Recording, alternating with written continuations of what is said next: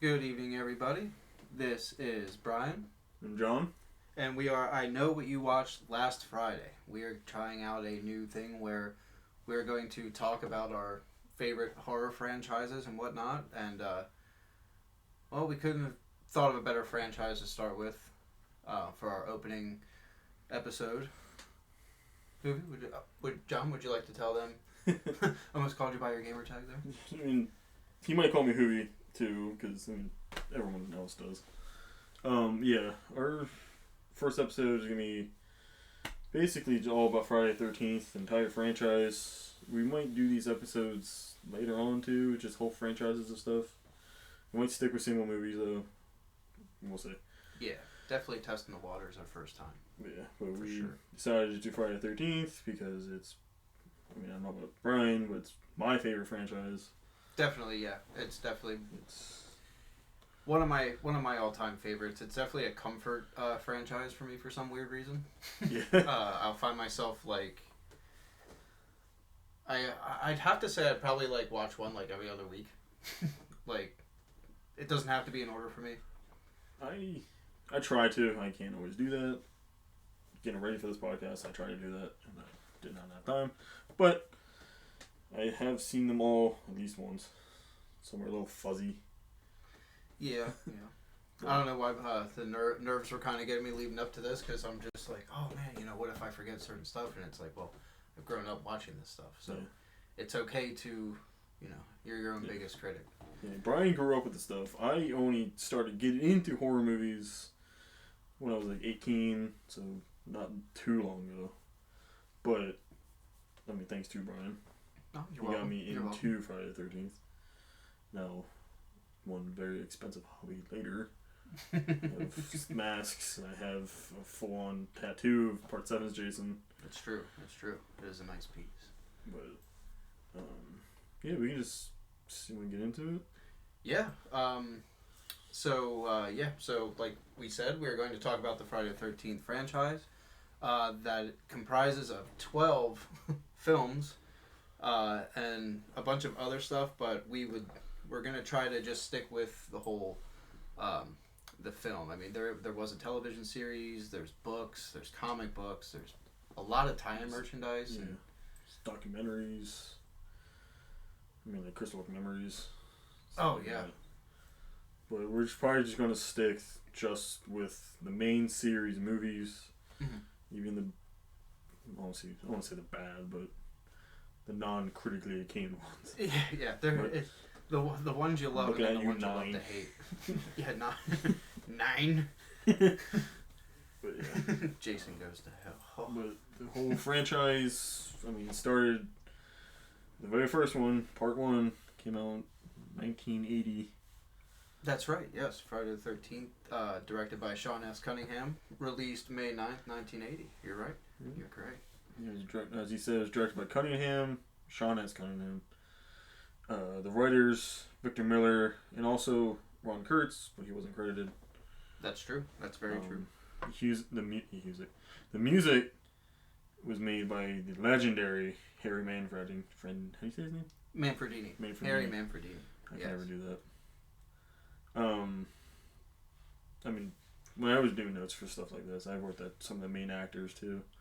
I don't know if you did that. Some of them. I mainly went around when I was watching.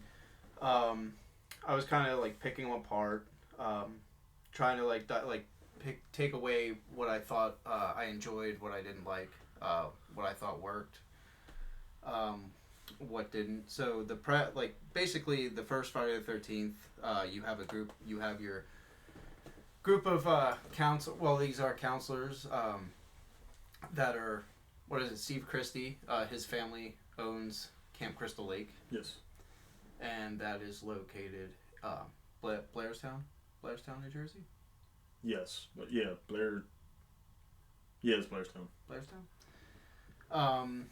And of course, they're pretty much the movie calls them camp counselors. We like to call them Jason fodder. But there's a surprise twist. Jason's actually not the main focus of this one. No, he is not. It is actually his mother Mrs. Voorhees, played by the legendary Betsy Palmer. Rest in peace. Rest in peace. Rest in peace. But she did an amazing job with that. Some of the also counselors, Adriana King played the legendary Alice. Oh, yeah, Adrian King. Adrian. I say names wrong all the time, so whatever. Oh, you're good, buddy. I got you. That's why we got each other. And I mean, Jason does make an appearance at the very end. Yeah. I think they even said it then that they only put Jason in at the end as like a joke. Where they were just like, yeah, we'll throw him in at the end. And I guess they wanted something to go, like, you know, word vomit, sorry. Like a little cliffhanger. Yes. Something to give the people to talk about that'll stick with them. And it's like, we just watched how many people get murdered in all these weird ways. By a middle-aged woman. Yeah. She's very powerful. She's a strong lady. She's very strong. I don't know if it is. So before, but I don't know. I keep like jumping ahead of myself. So do you want to elaborate a little bit? Basically, break down. You know, you have your counselors. Your main one, Alice Hardy. Yeah, there's always what's also known as the final girl. Yes. There's always a final girl. I won't say always, but most of the time. Yeah. This one is Alice. She was the one that survives. But yeah. The absolute baddie of this one, too. What? A baddie. Yeah. No. She actually, this was, I think, it wasn't her first, like, acting gig, but I think it was one of the ones that, like, pushed her name, kind of like how, you know, this did a great job for Paramount. I mean, Paramount was a little bit more established. They didn't really have to go out of their way, in my opinion, as much as New Line Cinema did. No.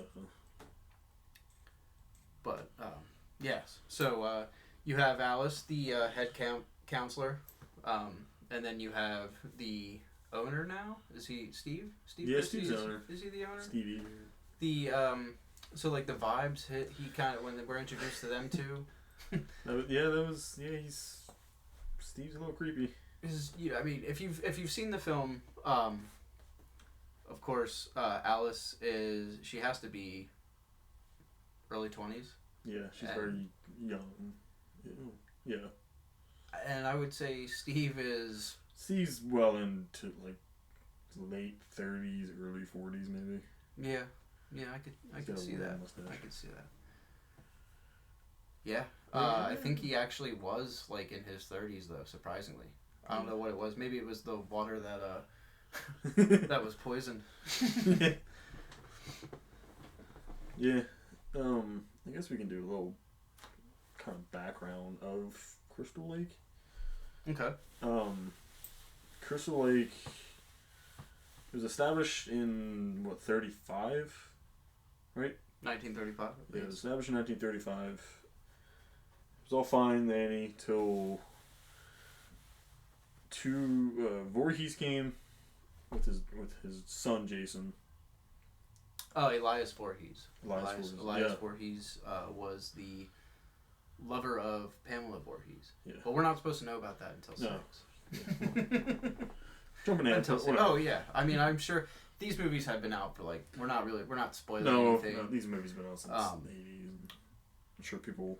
Yeah. Know who they are. It's just we want to talk about these films because we enjoy talking about them and we think that we know that there's people like us out here that just want to either have background sounds on like I famously say on Facebook or just do whatever you want but so yeah. This is it's not going too bad. No. So we talked about Alice and Steve Christie, of course, so Camp Crystal Lake established 1935. 1935. Everything was fine until Jason gets killed Yes. that was in 19... He gets killed by the lake. Well, The lake murdered him. kinda, actually. He does drown. In 1957? Yeah. Yes. 1957, Jason... That does kind of change throughout the franchise too. Does like, it? Yeah. The- Like especially in like the later ones, Freddy vs. Jason. I know was one when they tried to talk. I think they changed like the date he drowned or something like that. But then again, that's when Ronnie you thought, oh okay, Jason's afraid of water. But We'll get to that later. yeah. I do want to talk about that. Yeah. Absolutely. But yeah, so he gets thrown in the water by other counselors or other kids actually. The counselors were preoccupied. They were too busy not being punished yet. That was before they put a big no-no on pretty much anything at that camp. Yeah. Then, so obviously Jason's mom. Yep. She gets a little mad, which not a little mad. She gets mad. Oh yeah. She gets very mad. Yeah. she goes about instead of just maybe trying to sue the camp, or maybe she did try and just didn't get any. She was once an employee there. She was the cook. She was the cook. Yes. And as we mentioned earlier, there was what year was the poisoning of the water? I wrote that down. That is 62. 62. That's right. There was mysterious poisonings of the water. Yes, because they did try to reopen it. Well, actually, a year later, after Jason dies, they reopened it again. Mm-hmm.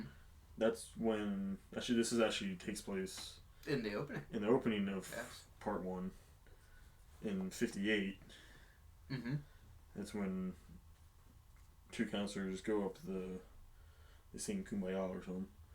Oh yeah, when they're by the fire and then they just sneak off. And I like how they're not even discreet about it. Like No. everybody's like singing, and they're just eyeing each other up like the whole time, and just like I don't even think they're pantomiming singing unless they're like serenading each other with Michael Row Your Boat Ashore. Yeah, then they go You know what upstairs. really turned me on back there was Michael Row Your Boat. But yeah, let's go upstairs.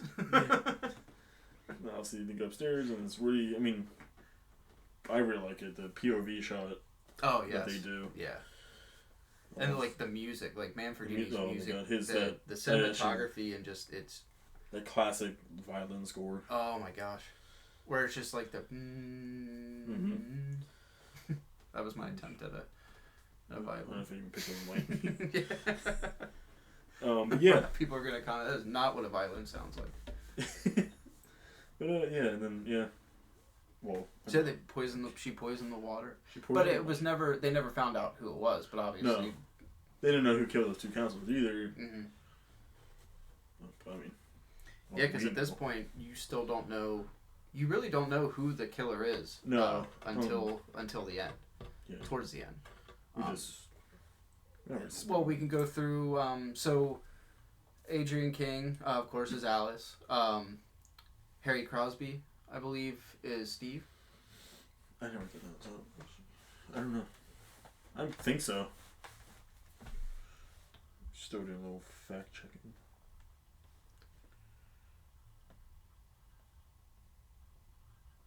Yeah, I think so. I know Ollie. Oh no, he was Bill. He was Bill. I know.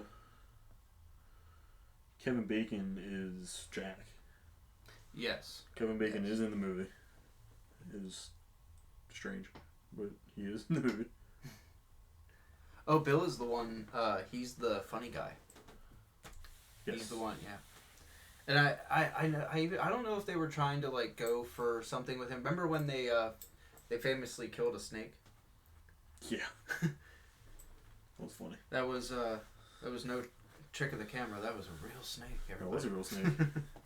And this was before somebody was there to speak for the snakes. Nobody was speaking Parseltongue yet. But yeah, he was. That was not a real on-screen death. Yeah. Just take the snake out. But yeah, he's also he's the prankster. Steve is played by Peter Brower, actually. not very well known actor. But yeah, he was noticeably much older. His family owned the camp, and then he's fixing it up. The first one back at the camp since those murders, I believe. Yes, because they are fixing it up. That was 1980. So yeah. Yes. Since 62, because he shut it down for good. That's right. That's right. They shut it down for good, and then he was like, you know what, Mom and Dad, I'm going to buy your camp. I'm going to turn it into something you guys couldn't. Cough, cough. Yeah, don't give the keys to your Mustang to your son. If there's already bad stuff going on, just do something else with it. But no, I digress. But yeah, the counselors, you have Alice, Bill, Marcy, played by Janine Taylor. Yep. She is most famous for being an off-Broadway production of Hijinks. That was Robert Coffin's off-Broadway production, sorry. She was also Henrietta in Robert and Elizabeth. That was a 1984 film. It was also Brenda, Jack, also he played with Kim Bacon. Yep. Ned, Mark Nelson. Nettie. Brenda's also played by Laurie Bartram.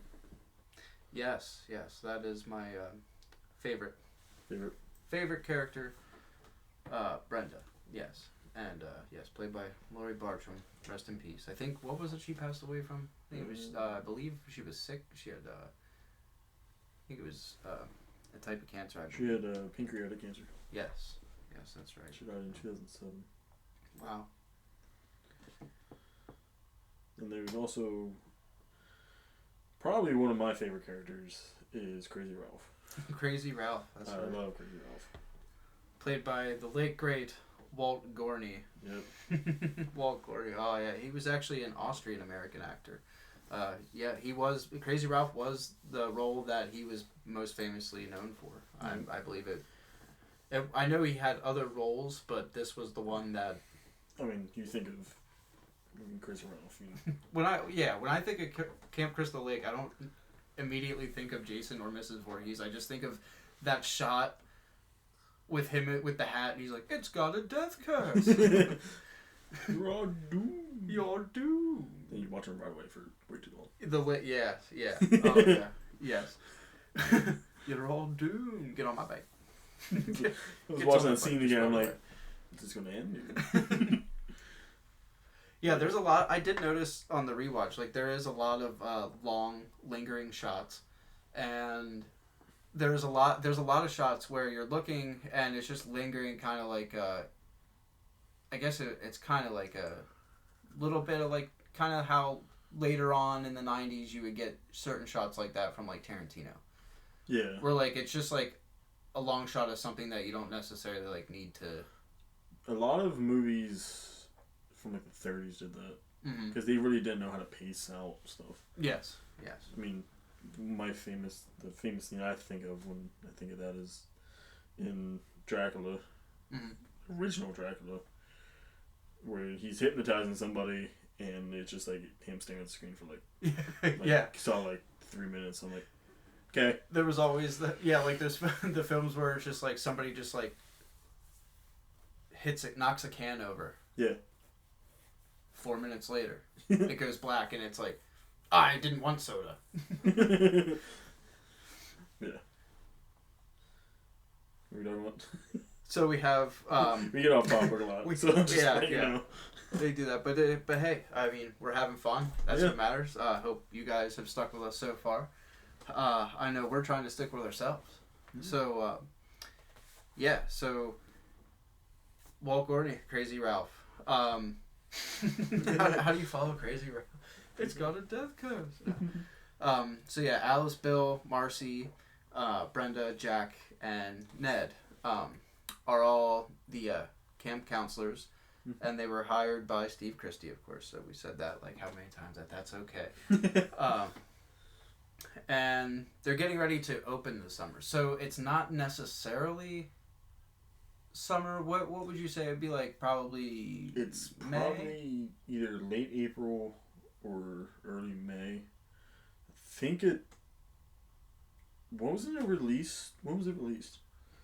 May 9th. May 9th. It was May 9th. Okay. So, I think it was 40 years ago.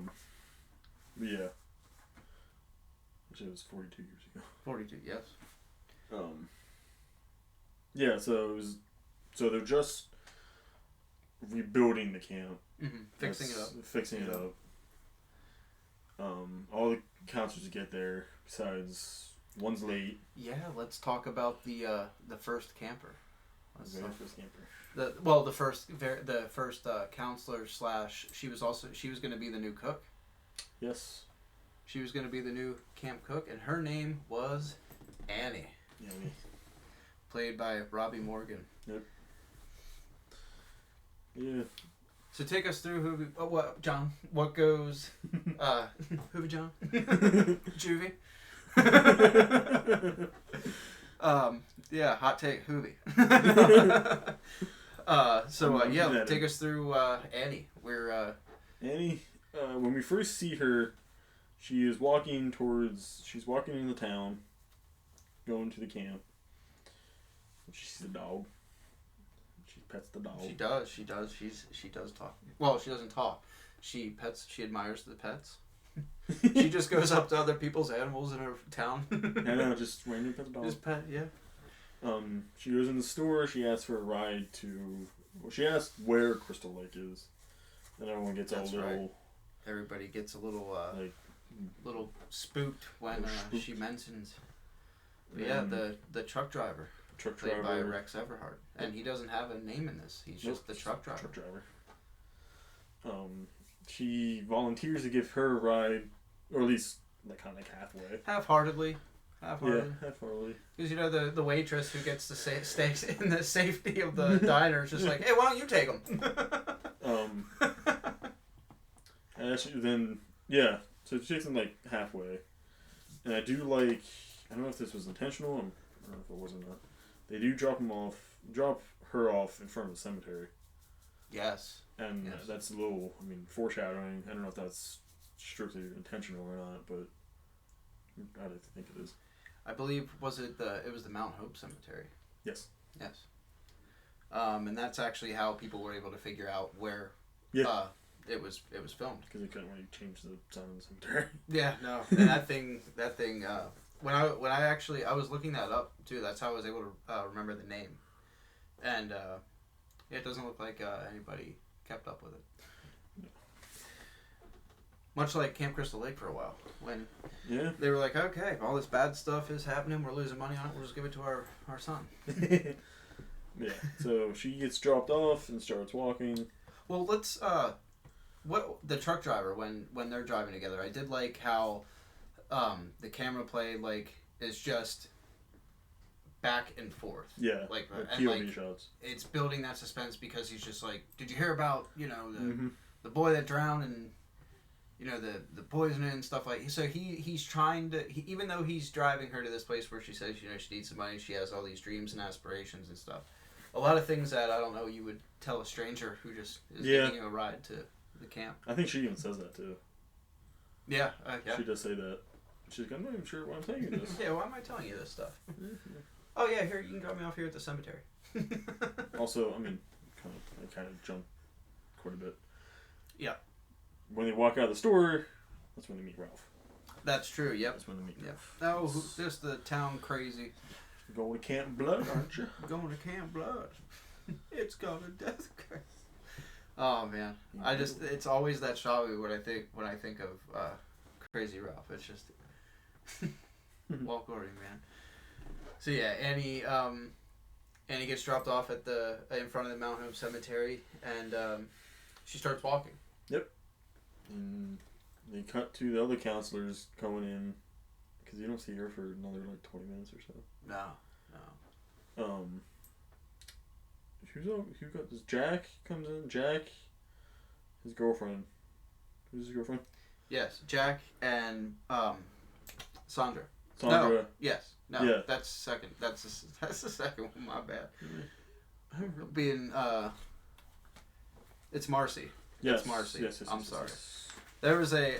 We have been cramming and cramming. Yeah. To make sure that we get everything. You know, of course, not everything's going to be perfect, but It's our first one. So. yes. But yes. Jack. There's three of them. Jack, Marcy, Ned. And Ned. Yes. Yeah. Ned. They all show up together. Is it Ned? I believe so. Who's the one painting? The one painting is, I believe, Ned. Or is it Bill? No, actually, no, you're right. It's Bill, because then you have the that whole thing with them talking, right? With who talking? The three of them. Yeah. Yes, you're right. Okay. It is Bill. Yeah, it's Bill. Because Ned's the one painting. Yes. Okay. They all show up. Then Stevie's all do stuff. Yeah. Do your roles. Tells them all what to do. Gives the relationship between Alice and Steve. Yeah, we said this, but it's still. It's That's creepy. She's a lot younger. She seems to not want to stay. He's very, it's crunch time. Pretty much. Yeah. It's getting close to the time of the camp's opening. He wants to make sure everything's perfect. Go.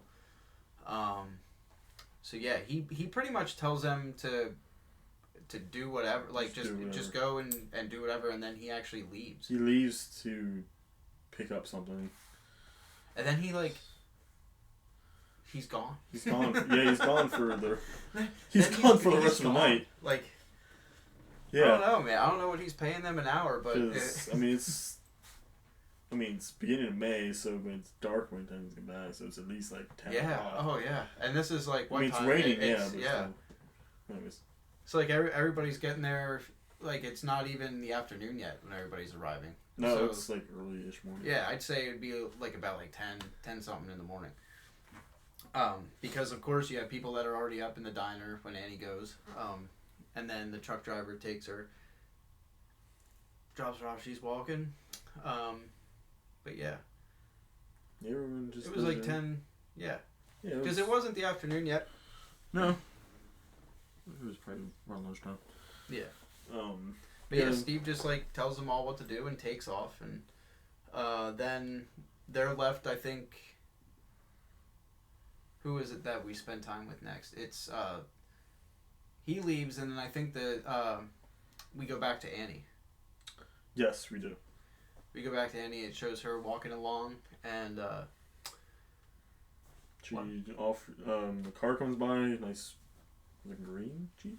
Yeah, it was a Jeep that comes and picks. You don't see the identity. You don't see the driver at all. Yeah, you don't see the driver. It's a nice POV shot of the driver. She picks Annie up, and Annie asks if she can go to Crystal Lake. But then all of a sudden, you see Crystal Lake, but then they just drive right past it, and she freaks out. Mm.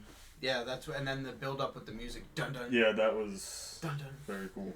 Because as soon as they pass it, just those drums. Oh yeah, and it was kind of like very like Jaws-esque, where yeah, you don't. It's a POV shot, and then you get the music.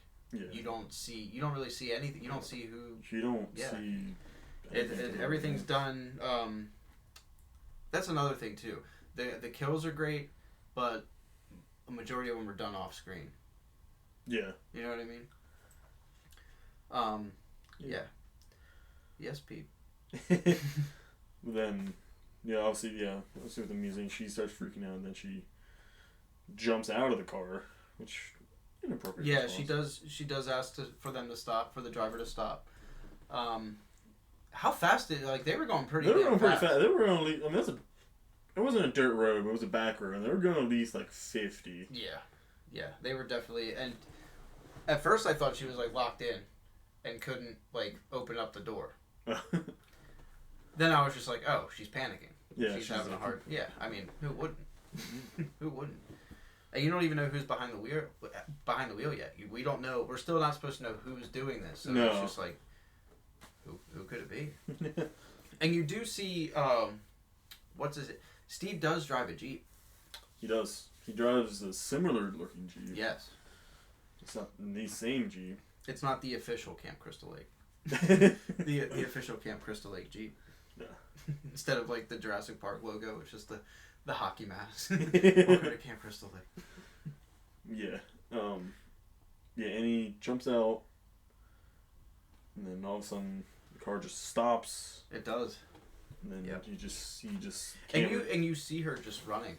Yeah, she's just running. She's like, fuck my shit. And you hear, like, before you even see, like, it backing up, I think, like, you hear it backing up before you actually see it back up. Yeah. Before it actually pans out and you get that shot of her, like, coming down that embankment.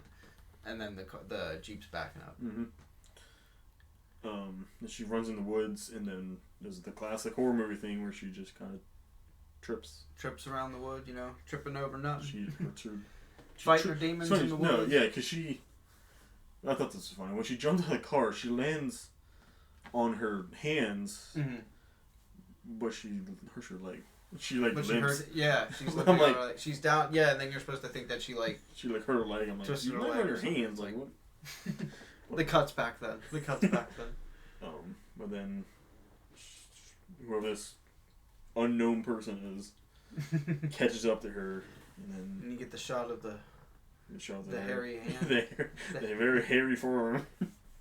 And I like that effect, where it does start to almost like bleed like right as it's going, but as for 1980, it was pretty damn impressive. Didn't Tom Savini do the special effects for this one? He did do Tom Savini did do the special effects. He actually created the look. He didn't create. Jason wasn't his idea, but he created what Jason looked like. Yeah. The young Jason, and then everybody moving forward after that kind of just like used that. He did come back for the fourth one. What chapter? Just so that he could age. He did like an age mold, so like the face of Jason in that one is molded closely to resemble an older and age deformed 11-year-old from the first one. I can see that now. The one eye is like bigger. It still has like that sneer. Okay, yeah, I can see that now. I didn't know that. Yeah. Oh, yeah, then Annie is the first to die. Yes, Annie is the first of the new blood. The first of the new blood to come in and bite the dust. Yep. So once Annie passes away, then where are we at now? We go back to the camp. Yes. And of course she gets her throat slashed at the camp. Of course you have Ned, Jack, Bill, Marcy, and Alice and them. While they're refurbishing the cabins and stuff, there's a thunderstorm approaching, and that's why Steve leaves the campground actually. Yeah. To go get supplies. He's getting supplies. Yeah, because he comes back with a trailer. And then I believe the next one to go is Ned. Ned is the first one to go. Because that's right. He sees somebody walking into a cabin. Yes. And follows him. Yes. Which I don't know why you do that, but yeah, he's just like, hello, hello, and just walk like, oh. And what's really cool, like you couldn't see it. Like I clearly remember this, because as a kid it was always like, I don't know if it's just like the film quality of back then or what, but like you couldn't. I was always like, what do you see when it goes there? But then when you watch like the HD now, and like you can see who it is. Definitely tell. You can actually tell who it is right there. Like yeah, I did know that kind of almost spoils it. Like before the. You still don't know who it is. No, I mean you don't know what they are, but you definitely. If you've seen it before, you see. Oh yeah, the then peril. Then you never miss it again. Like Christian Bale's eye wart in The Dark Knight. Yeah. It's not real. Yeah. It can't hurt you. How does... Yeah, he sees it. You don't see it. It's off screen? Yeah, it's off screen. That's right. But I believe it was a throat slash. I think Mrs. Voorhees... Well, I mean, the person we don't know. Whatever. I mean, I'm sure. We're not supposed. You're not supposed to know yet if you haven't seen it. No. I'm sure. It's an old movie. Everybody's seen it. Sure If you people haven't watching seen it, this it's know. been spoiled how many times? Yeah. So yeah, that happens. I heard the MO of this killer is a lot of throat cutting. Yes. Well, that's effective. Very effective. Yes. Ned thought so. Ned definitely thought so. So did Jack. And then when of course Ned goes off, that's the last time we see Ned until till Jack and Marcy. Yes. Yeah, because they go in. Which They're is soon actually after. walking. Yeah, that's soon after. Because right after he goes, it goes back to them, and they're walking along, and that's when Kevin Bacon goes into he gets really jazzed about the weather. Yeah, he does. He's the only one that's happy that there's this is coming. We're all screwed. It's gonna rain. He's just sounds like an older man at a young age. He's just yep, yep. Licks the tip of his finger and just puts it up in the air. Yep. Then they go in that same. Yeah, because they go in that same cabin, right? They do. They end up going into the same cabin that Ned went into, but they're unaware. Yeah. They don't know. They don't know that what's the surprise waiting above. Which is convenient timing, because after they're done. Yeah. Doing the do. It kind of makes you wonder.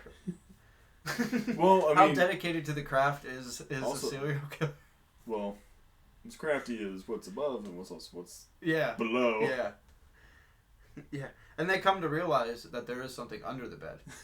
they to us, it's revealed to us, the audience, that there's something above. That's for us. Yeah. That's just creepier that way. But yeah, they don't notice that he's up there. No. I think, yeah. Till she leaves, Mm-hmm. then blood just hits him right in the nose. That's right. Yes, she goes to the bathroom. Yes. And then that's when Jack goes before Marcy. Yes. Yes. Because I think it's a shot of him. I think he's either laying there is he smoking? Doesn't he light up he does. He does have a joint. Yes. Lights up a Scooby Dooby Doo. And that was horrible. And yeah, I'm fired. Yeah. So yeah, he's having a snack, and that's when we get the famous kill. The arrow through the neck, which is one of my favorite kills. Oh yes. Which is so cool because hand comes out. Oh man. Grabs him by the his forehead. Right through the neck. It's not even Pushes it fast, right it was slow. Yeah. Oh my gosh. When you see that shot of just it poking through, I mean, people these days are just like, nah, so what? No, But I mean, you know what? For what it was back then, that was effective. When I It first worked. saw it, it was cool. I know plenty of people that showing that film for the first time, they're like, oh. Yeah. So yeah, Jack got his throat pierced with the arrow from beneath the bed. And then Marcy's next. Yes, Marcy is next. She is in the camp bathrooms. That's right. Oh yes. Yes. I'm starting to remember now. And I think, what is it? She's just freshening up, just washing her hands. Wash your hands. Yeah. I don't think she got a shower. She came No. into the rain and was just using the bathroom. Yeah, because she's in the stall and she reads one of the horrible jokes written on the inside of the stall. Yeah. I think just it remember her being all proud of herself that she learned how to use the thing. Yeah. She was having a hard time. I don't think she ever used a sink until she went to camp. She like She was opens, just turn it oh. on. I'm like, oh. I'm like, oh, okay. Yeah, oh my gosh, we would need these. But then Marcy she starts to hear things. Somebody else in there. Yeah, she does start. I believe she starts getting the feeling of being watched. Right? Or no, Yes. she does. Is it like the feeling of being watched? Does she hear something? Because she does look like. Out of all places, it might be that the she could feeling. look, It might be the might be like because she's in this long like it's like the long. I mean, if people have played the game, you know what the inside of that bathroom looks like. Or if you've ever been to any camp. that has The shower stalls are conveniently off to the side, so you kind of have your privacy. And yeah, I think she doesn't see it at first, does she? Like the little movement the little movement behind the curtain. She doesn't see that. Brenda sees that. Oh, that's right. And that's right. Okay. Brenda, Getting ahead of myself. Yeah, Brenda sees that. I think she just has like a feeling like she's being creeped on. Yeah, I think she thinks it's Jack. Yeah. She thinks Jack followed her in and like was gonna like play a prank on her. Yeah. And she does. She starts walking over, and I think she does like hello, like like I don't know why. Nobody ever knows why somebody just doesn't hightail it. Like if you feel like you're being leave, don't investigate that. Yeah, especially by yourself. At night, there's a thunderstorm in a camp. Yeah, I will go look. In underwear. Yeah, hardly dressed, looking like Georgie. And then I think she did have a yellow raincoat on too. She did. But then we told her how. Before she left the cabin, she was just like, "Thanks, Bill." Poor Jack. So yeah, Marcy goes to investigate the shower stall, and she just pulls it open. It's like instantaneous. Just pulls it open, and then it's the axe. It's an axe, yeah. It's an axe. Right to the noggin. Right to the noggin, and I love how it hits the swing. Like yeah, it hits the swing. There's a swing up there on the ceiling. No, the swing, the hanging lamp. Yeah. And it's still, what's weird too is if you notice when we go back to Brenda, and she goes in there, it's actually still swinging. Oh yeah. Yeah, it's creepy. But I mean, my favorite thing is not saying favorite, but what's funny. Yeah. Is her scream. Yeah, the scream is just like. Ah! It's like you have to watch it, but just her face. The scream's there. It's just her face. It's just like. It doesn't look like she's in agony. It's just like, okay, you're wearing makeup, you got fake blood caked on you, you look miserable. Go. Yeah. Oh my gosh. Yeah. It. And she does like that weird like posing thing in the mirror too, when she's like talking to herself, and she does like an impression of like an old actress. Yeah. Is that her? Or was that Brenda? No, that was Marcy. Was that Marcy? Yeah. Because I know they both go in the shower. They were both in there. Yes. So she gets axed in the shower, outside of the shower. Outside, yeah. Meanwhile, Alice, Brenda, and Bill. Yes. They're all playing strip Monopoly. They are. Monopoly is fun, but I don't think I've ever met anybody that actually did play strip Monopoly. No, there was a thing too. I didn't know. Strip padiddle, maybe, I don't know. That'd be a very long game. Yeah. Oh, another railroad. Carry down. Yeah. So yeah. Then we go. They're playing their strip Monopoly, and what is it? The door opens up. The door does open up. The wind blows the door open up and blows all the game pieces over and stuff like that. Thus, ending the strip Monopoly. Oh no.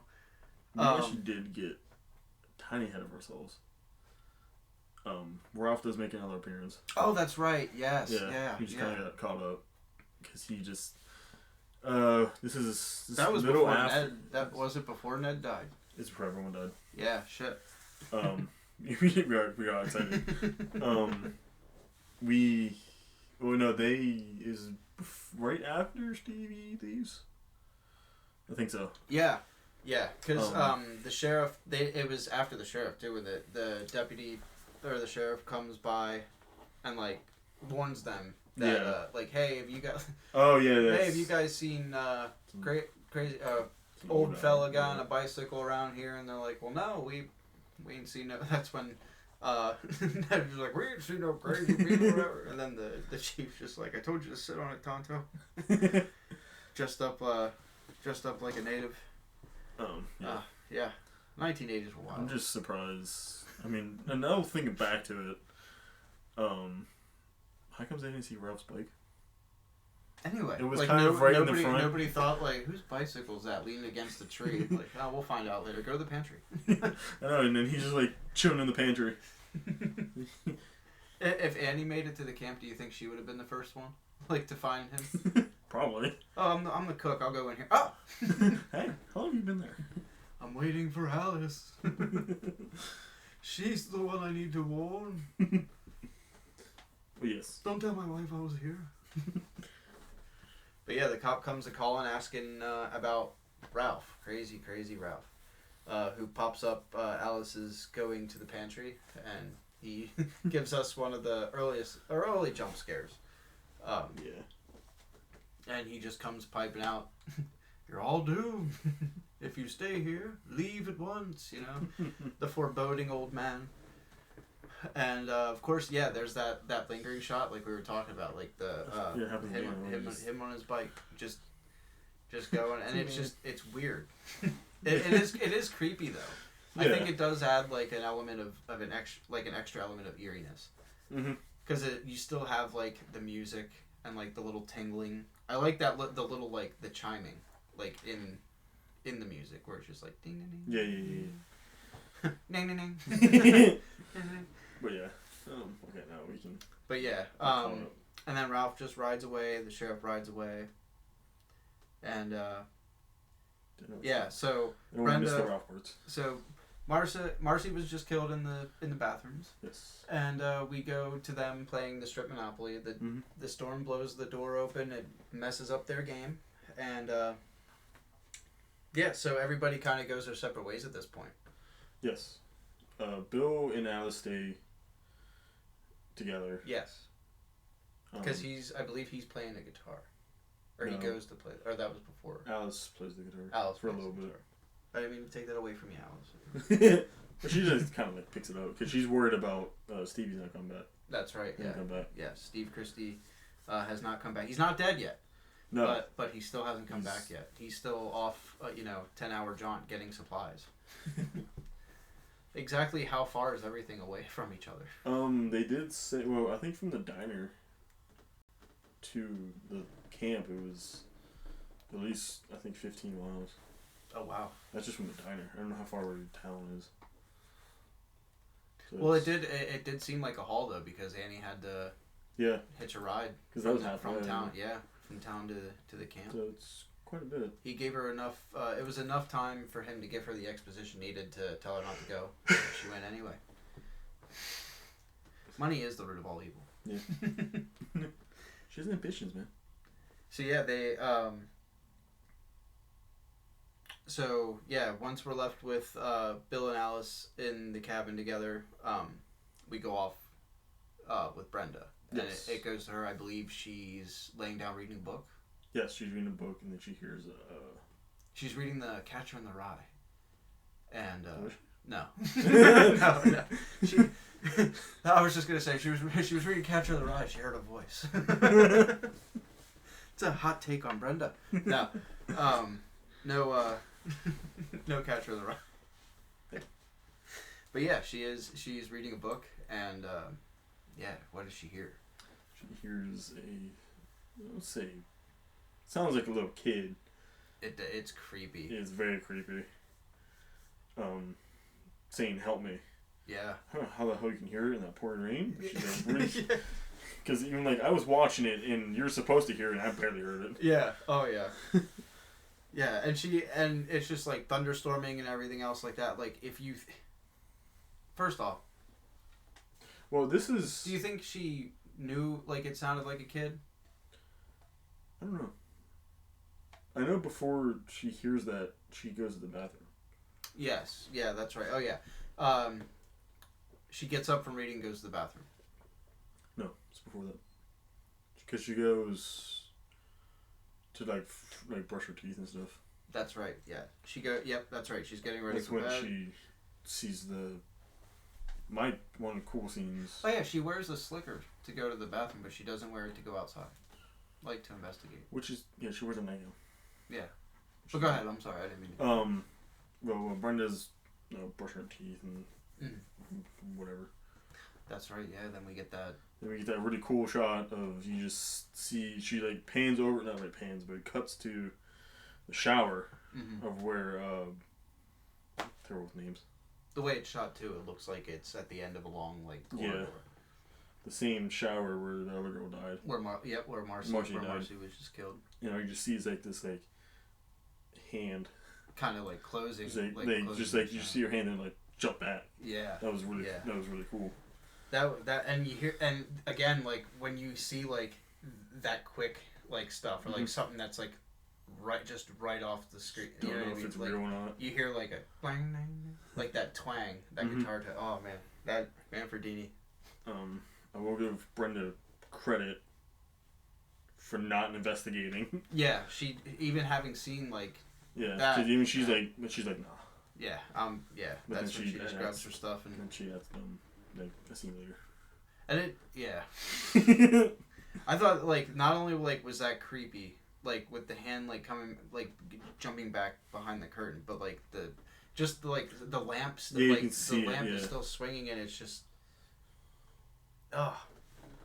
Another thing too. That reminds me of something that's coming later on in this film. So, yeah, Brenda leaves the bathroom. She goes back to her cabin, opens up a book. Catcher in the Rye, no. Opens up the book, and then that's when she hears. Yes. The crying.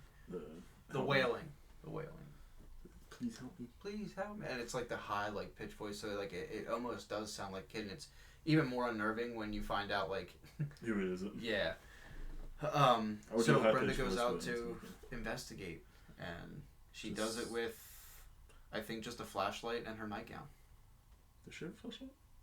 I think she did. Oh yeah, she should. Yeah, I think so. She was just like shining it around like hysterically. She ends up at the archery range. Yeah, she keeps following this voice out in the open. And she doesn't even realize she's in the firing range until all of a sudden the lights go on. Yeah. Like, the lights just come right on, blinding her almost. And you just get that, like, the last shot you have of her is just her turning around. Yeah. And then you just see, like, that shot, like, of just, like, the lights. Like, it's, like, just a shot from, like, elsewhere in the camp. It's just, like, an establishing shot. And you just hear her screaming. But it's, like, you can hardly hear it because of the thunder. You hear her screaming, and what's cool is that you hear her screaming, and in the middle of the scream, it cuts to Alice. And you still hear her scream in the next scene. That's right, because she questions it. She does. And then I think that's when Bill decides to go check. Bill decides to go check, then Alice... Because he wants to check the generator. Yes. Yeah. Yeah, because I think... No, does Alice come along that time? No, she stays back. Okay.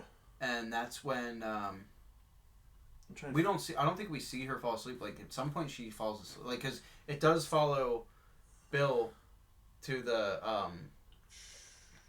Yeah, to the generator. To the generator. Yeah, she does fall asleep. And then we don't see him get. I don't think we see him get killed. No, you just see his aftermath. Yeah. He gets stuck in the door. Yeah. So yeah, Bill goes. I'm trying to remember where exactly Stevie dies. Yeah, he's so. Yeah, Bill's fate. So he goes and leaves Alice. He goes to check on the generator. Alice takes a nap. After we leave Bill, because we don't know he's dead yet, it ends with him. We get to Steve driving back. Okay. Yeah. I forget where he was at where it goes back at one point earlier in the film where it just shows him sitting at the diner talking. He goes to the diner, like, then he talks to that waitress. Yeah. And it was just like one of those like, oh hey, we forgot about this guy for a little bit. Let's just go see what he's doing. Hey, he forgot about those kids for 10 hours. Spends $3 on a coffee and gives the lady 75 cents. Yeah, yeah. Oh, he's a Christie. They can do that. This wasn't 1980. I'm sure it was. Yeah.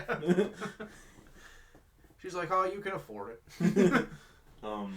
Yeah, then they leave, and then miraculously, his car dies.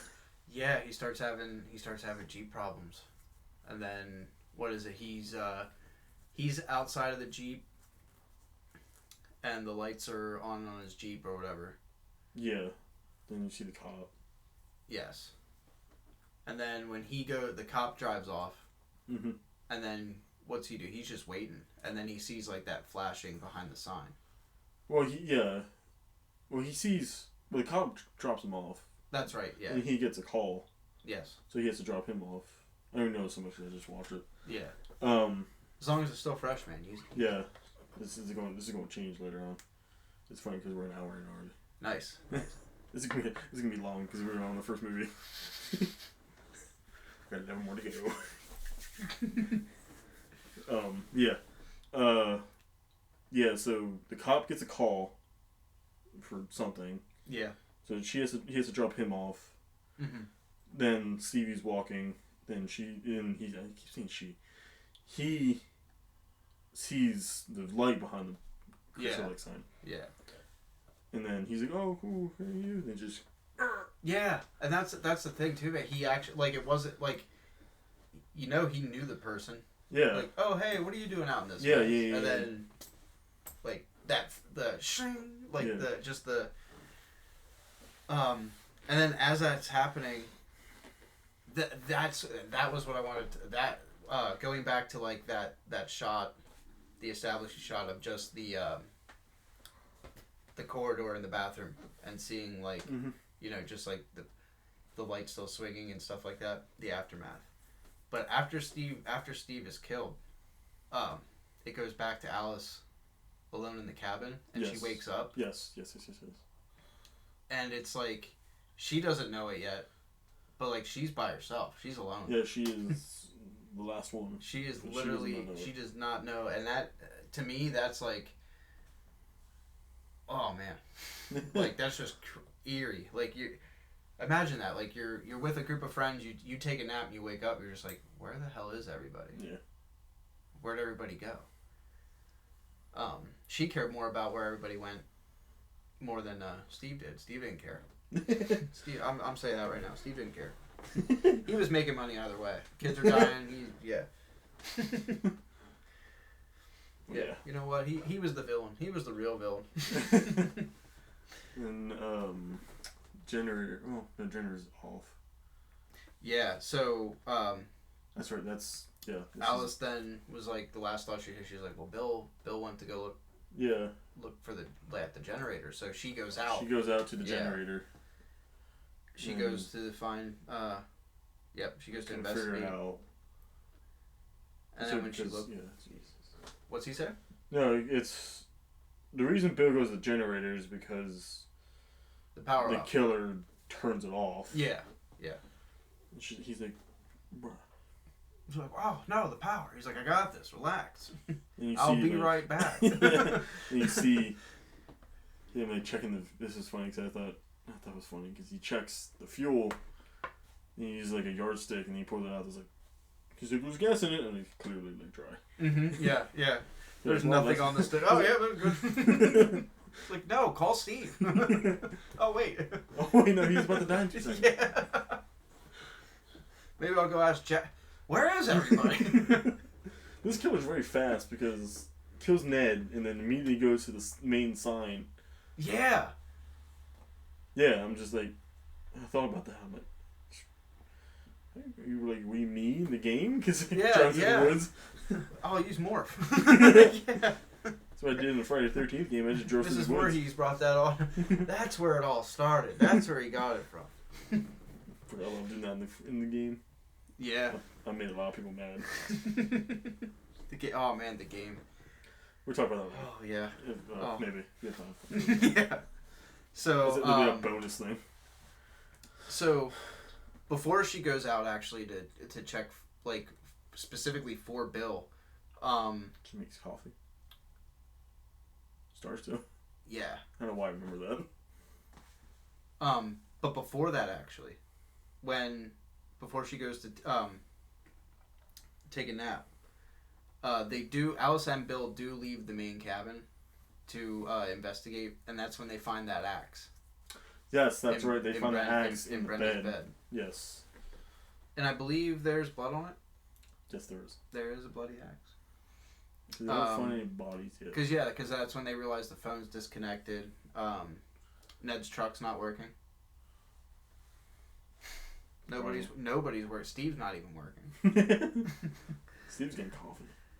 But yeah, Steve just he's a man about town. Aren't you working? No, the kids are. Yeah. But yeah, so I totally went over that. That totally escaped me. Some of that little stuff, but hey, I mean, it happens. Yeah, it's gonna happen a lot. Especially So with later ones. yeah, oh yeah. So when Alice finally does go into the generator room, that's when the door conveniently closes behind No, I think her, she right? closes it. Does she close? Oh, she goes to She close comes it. out because she's on the outside of the door. Yes. She closes it, and then there is good old fucking Bill. Good old Bill strung up onto the door with arrows. Which is impressive to say the least. Yeah, the marksmanship. I'm pretty sure what happened is they picked them up and just, how do you do that? And it is impressive when Jason's older, how great he is at archery. Even though he didn't spend as much time at the camp as Pamela did. As a person. Yeah. As a person. He didn't get a chance to live up to mom's expectations doing archery and swimming. Swimming is where he failed. He shoots a harpoon gun. He does, yeah. It's not even a bow and arrow. With great power. Get that later. I'm getting ahead of results. Yes. So yeah, she's traumatized. Yes. She flees to the main cabin to hide. And that's what she She sees headlights. Well, before that. She's hiding in the kitchen. She locked everything up. She's in the kitchen. She spends a good 6 minutes trying to barricade the whole door. Yeah. And this was after she spent 6 minutes just brewing coffee. Just making a pot of coffee. What was in the coffee? And yeah, boom. Brenda comes right through the window. Yeah. One of my notes is it's pretty impressive that the killer can do that. Yeah. Oh yeah. It's everything is all the more impressive once the reveal happens, and you're just like, oh my god. No, I mean, we did say it, but whatever.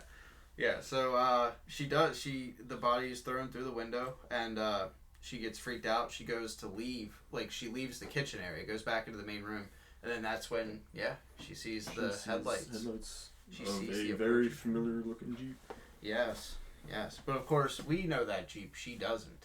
Nope. She doesn't. And she runs right outside to greet the approaching stranger. And she rushes outside. She actually outside. she rushes outside actually because she thinks it's Steve. Because the Jeep actually looks like his. Yeah.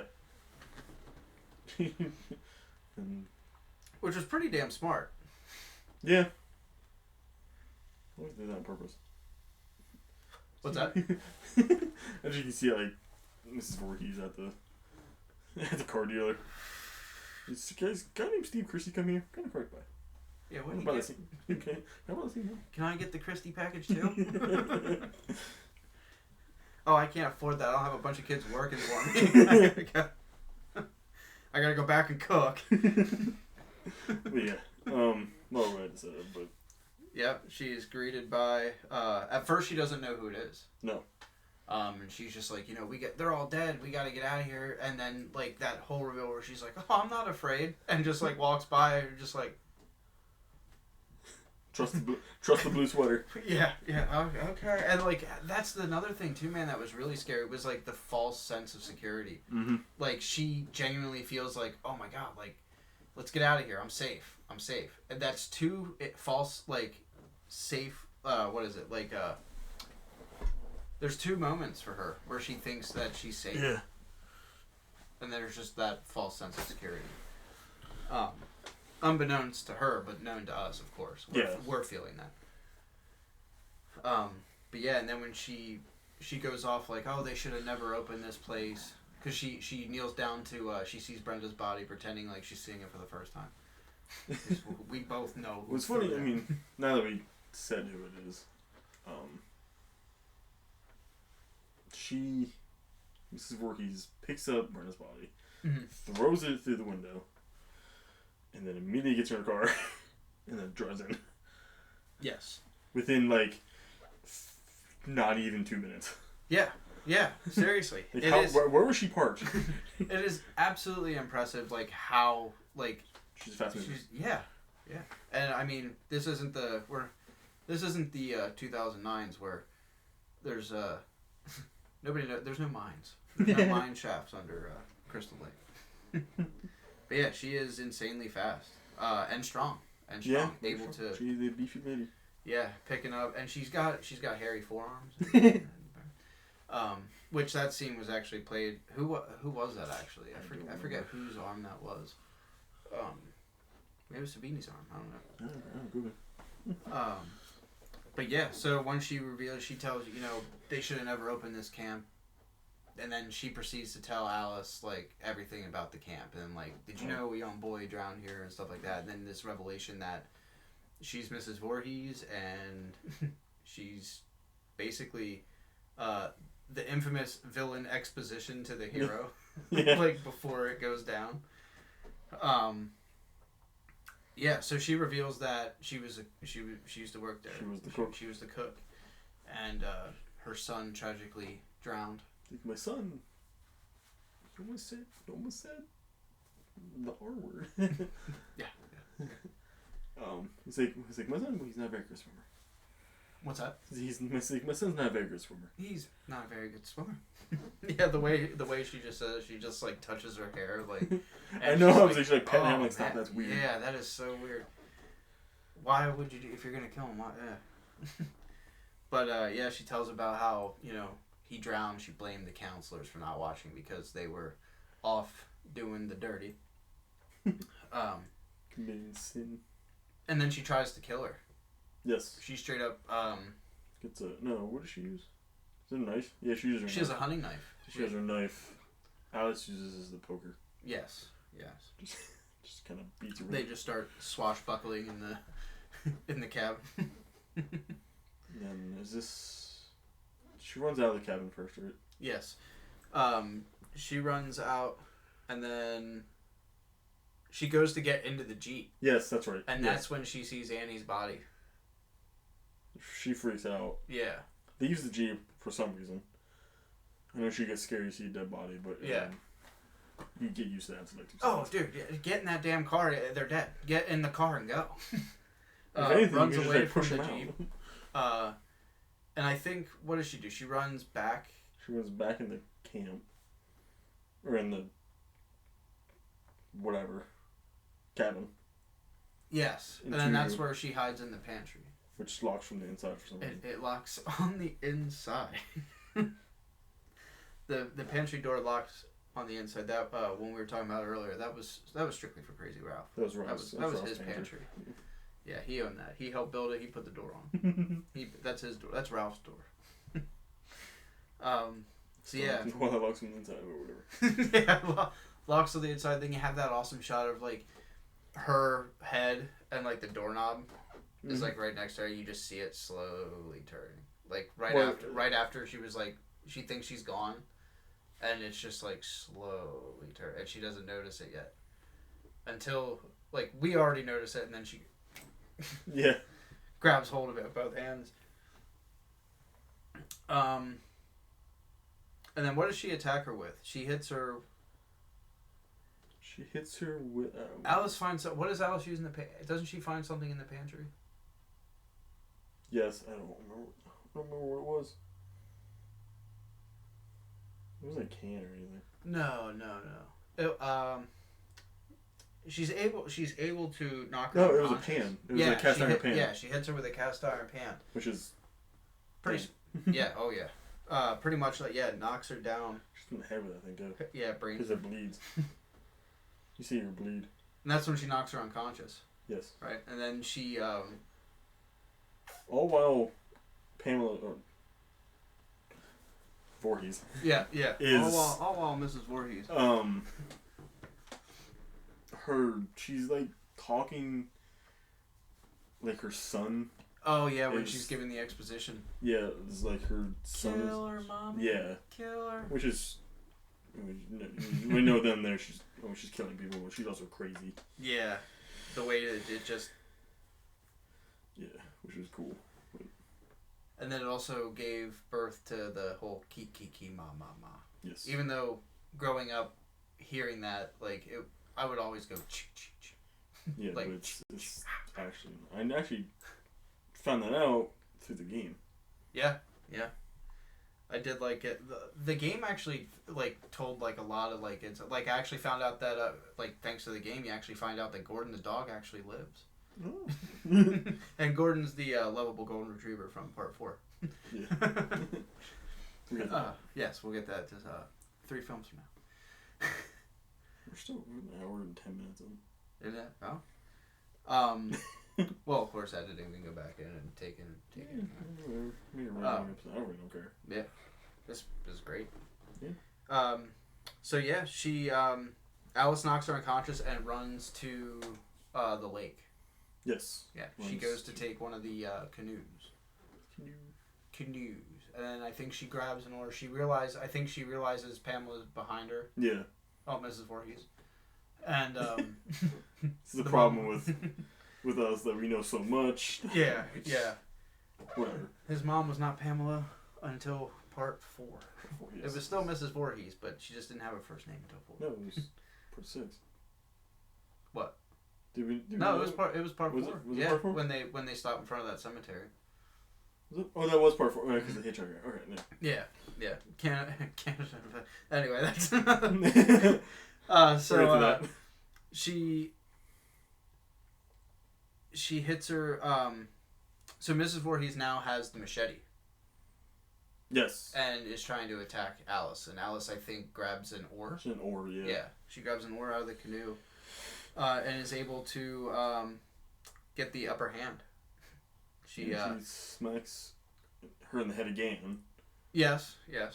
Then drops the machete. Drops the machete. Then Alice picks it up, and then you have the famous slow-mo shot where it's just like just the music's going really loud and her just picking it up and it cutting back to like Pamela's face and she's just like goes from like being menacing to like oh no, like very like frightened, and then before you know it, swash, the machete off with their head takes Mrs. Voorhees' head clean off. Yeah. Clean off. One swipe too. Yeah. What is it? That was a sharp machete. Not with the dull end either. No. Some poor unfortunate soul gets that. And he's doubly unfortunate. Yeah. Triple. He has more problems than one. Yeah, more problems than one. He's got 99 problems. So yeah, after beheading Mrs. Voorhees, Alice takes the canoe. Takes the canoe out. And just floats on out. She falls asleep. With your hand in the water. Yeah. I don't know how you can fall asleep like that, but yeah, I wouldn't even. Not like that.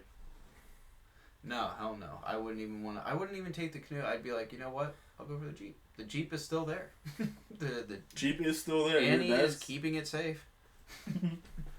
I know. I would just walk home. You know what? Yeah, you know what? Yeah. No, I just at least go to the road. I'll hoof it from here. I'll pass that hitchhiker. Then it's the morning after. Yeah. The cops come. For some reason. The cops come. I don't think. I didn't really say why the cops were there. Well, maybe it's because after the chief gave Steve a ride back. Oh yeah, because the car was still there. I think didn't the chief said he'll get back to, he was going to come back and check on him or something that. Or like we'll get a hold of you then or so I'll check back up on you or something like that. Or something. Yeah, maybe. Because when they drive, they just come right in and then they're right there at the shore side. Yeah. And then they just I don't think they realized they were going to see anybody out there on the boat. Nope, on the boat. And when she sees them, like it's all like, you know, I love that score at the end too. Like it's nice a nice music. Yeah, it's a beautiful piece of music. I really do. Everything's chiming, everything. It's like the calm, and there it is. The third false sense of security. Yeah.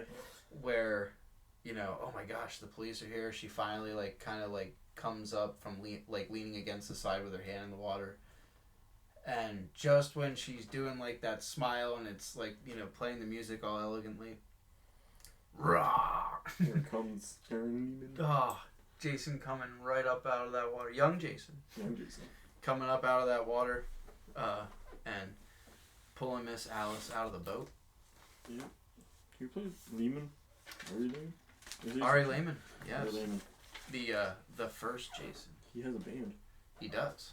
Also known as First Jason. Oh, is that the name of the band? It's a punk band. The punk band, First Jason. They actually played... This is off topic again, but whatever. No, you're good, man. They actually... The reason I know about them is because they actually played at the Lizard Lounge a few years ago, which is the club underneath the Chameleon. Okay. Which is when the Chameleon was still there. Yeah. R.I.P. It's the little stage underneath the Chameleon. Because apparently they were there in a few years ago. Oh, wow. That's nice, though. That's a nice little fact. I didn't know that. Yeah. Wow. Hell yeah. So, yeah, she gets, It's dragged in the water. Gets dragged in the water, and then... But then there's the... It was a dream. Was it? Was it a dream? Because then... You don't know, because she she wakes was up. in the water. Yeah, she was in the water. Maybe she just fell asleep in the canoe, and then her waking up in the hospital, like, because she gets pulled out of the water, but then it goes back like to her in the hospital, like waking up and like, where is he? Like, Yeah. What happened? They're like, what are you talking about? Sorry about your friends. They let them know that hey, your friends are murdered. It's like she probably knows that they were already murdered. Yeah. But still, the boy in the water. Yeah, she's just like, well, what about the kid? What about the boy? And he's just like, what? What boy? We ain't find no boy. And then she has those famous words. Then he's still there. He's still there and stares off in the camera. And then you have that nice. It goes back to that music again, and you have that shot of like just the water, just the surface of the lake, and they have like tiny like ripples. Like I did like that. I always loved that. That was a great one. That was the end of part 1. Yeah, that was the end of part 1. Start of we talked about part 1 for an hour and 20 minutes. We did. That was great. That was great.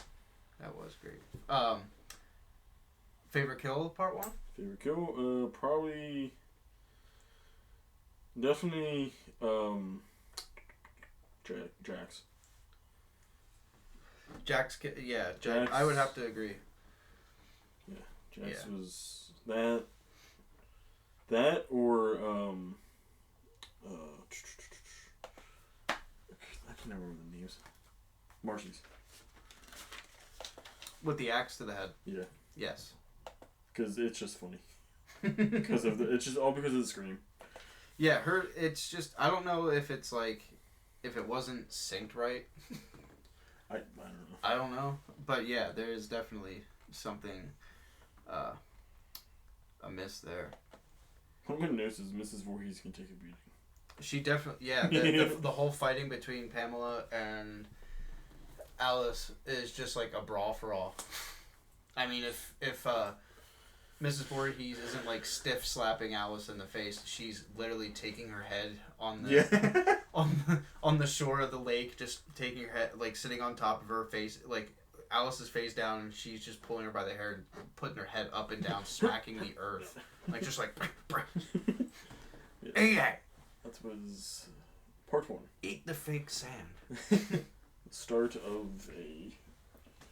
This is what you get when your boss leaves you for 10 hours. Don't work for Steve Christie. Don't work for any Steve Christie. Well, you can't anymore because he did. Yes. But Just the actor's not. Don't work at Camp Crystal Lake. Nobody learns. Not yet, anyway. Because now, yes, you were right. We're done with part 1. And here we are now, arriving to Friday the 13th, part 2. Which was released a year later. 1981. Which was very surprising to a lot of people because when Friday the 13th, the first Friday the 13th was written, all they had when they came up with that logo, the famous logo of the smashing the plate glass, when they introduced that, they didn't have a story. No. They didn't have anything. They pretty much wanted, like, if it wouldn't have been, ultimately, honestly, if it wouldn't have been for John Carpenter's 78 Halloween, I don't think we would have had Friday the 13th.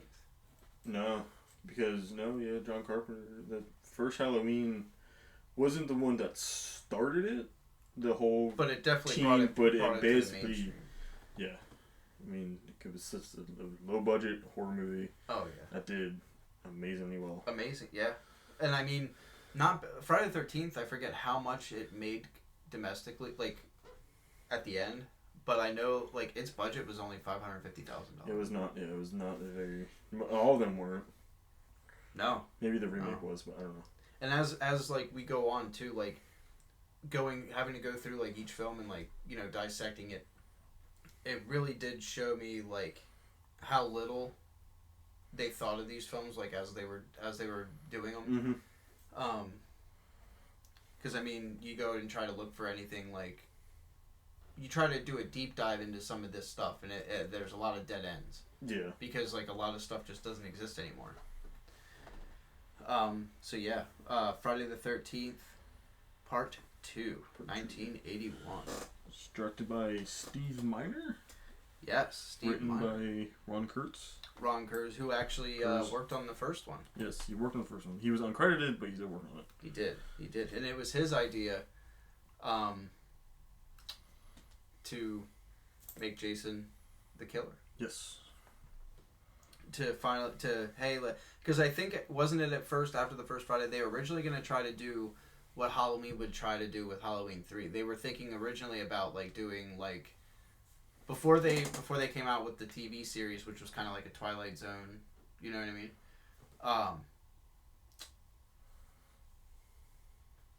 They wanted to do like a different curse or something like that, but still having to fall on Friday the 13th. It would just be like bad luck stories. Yeah. I know that. It's cool. Yeah, they definitely.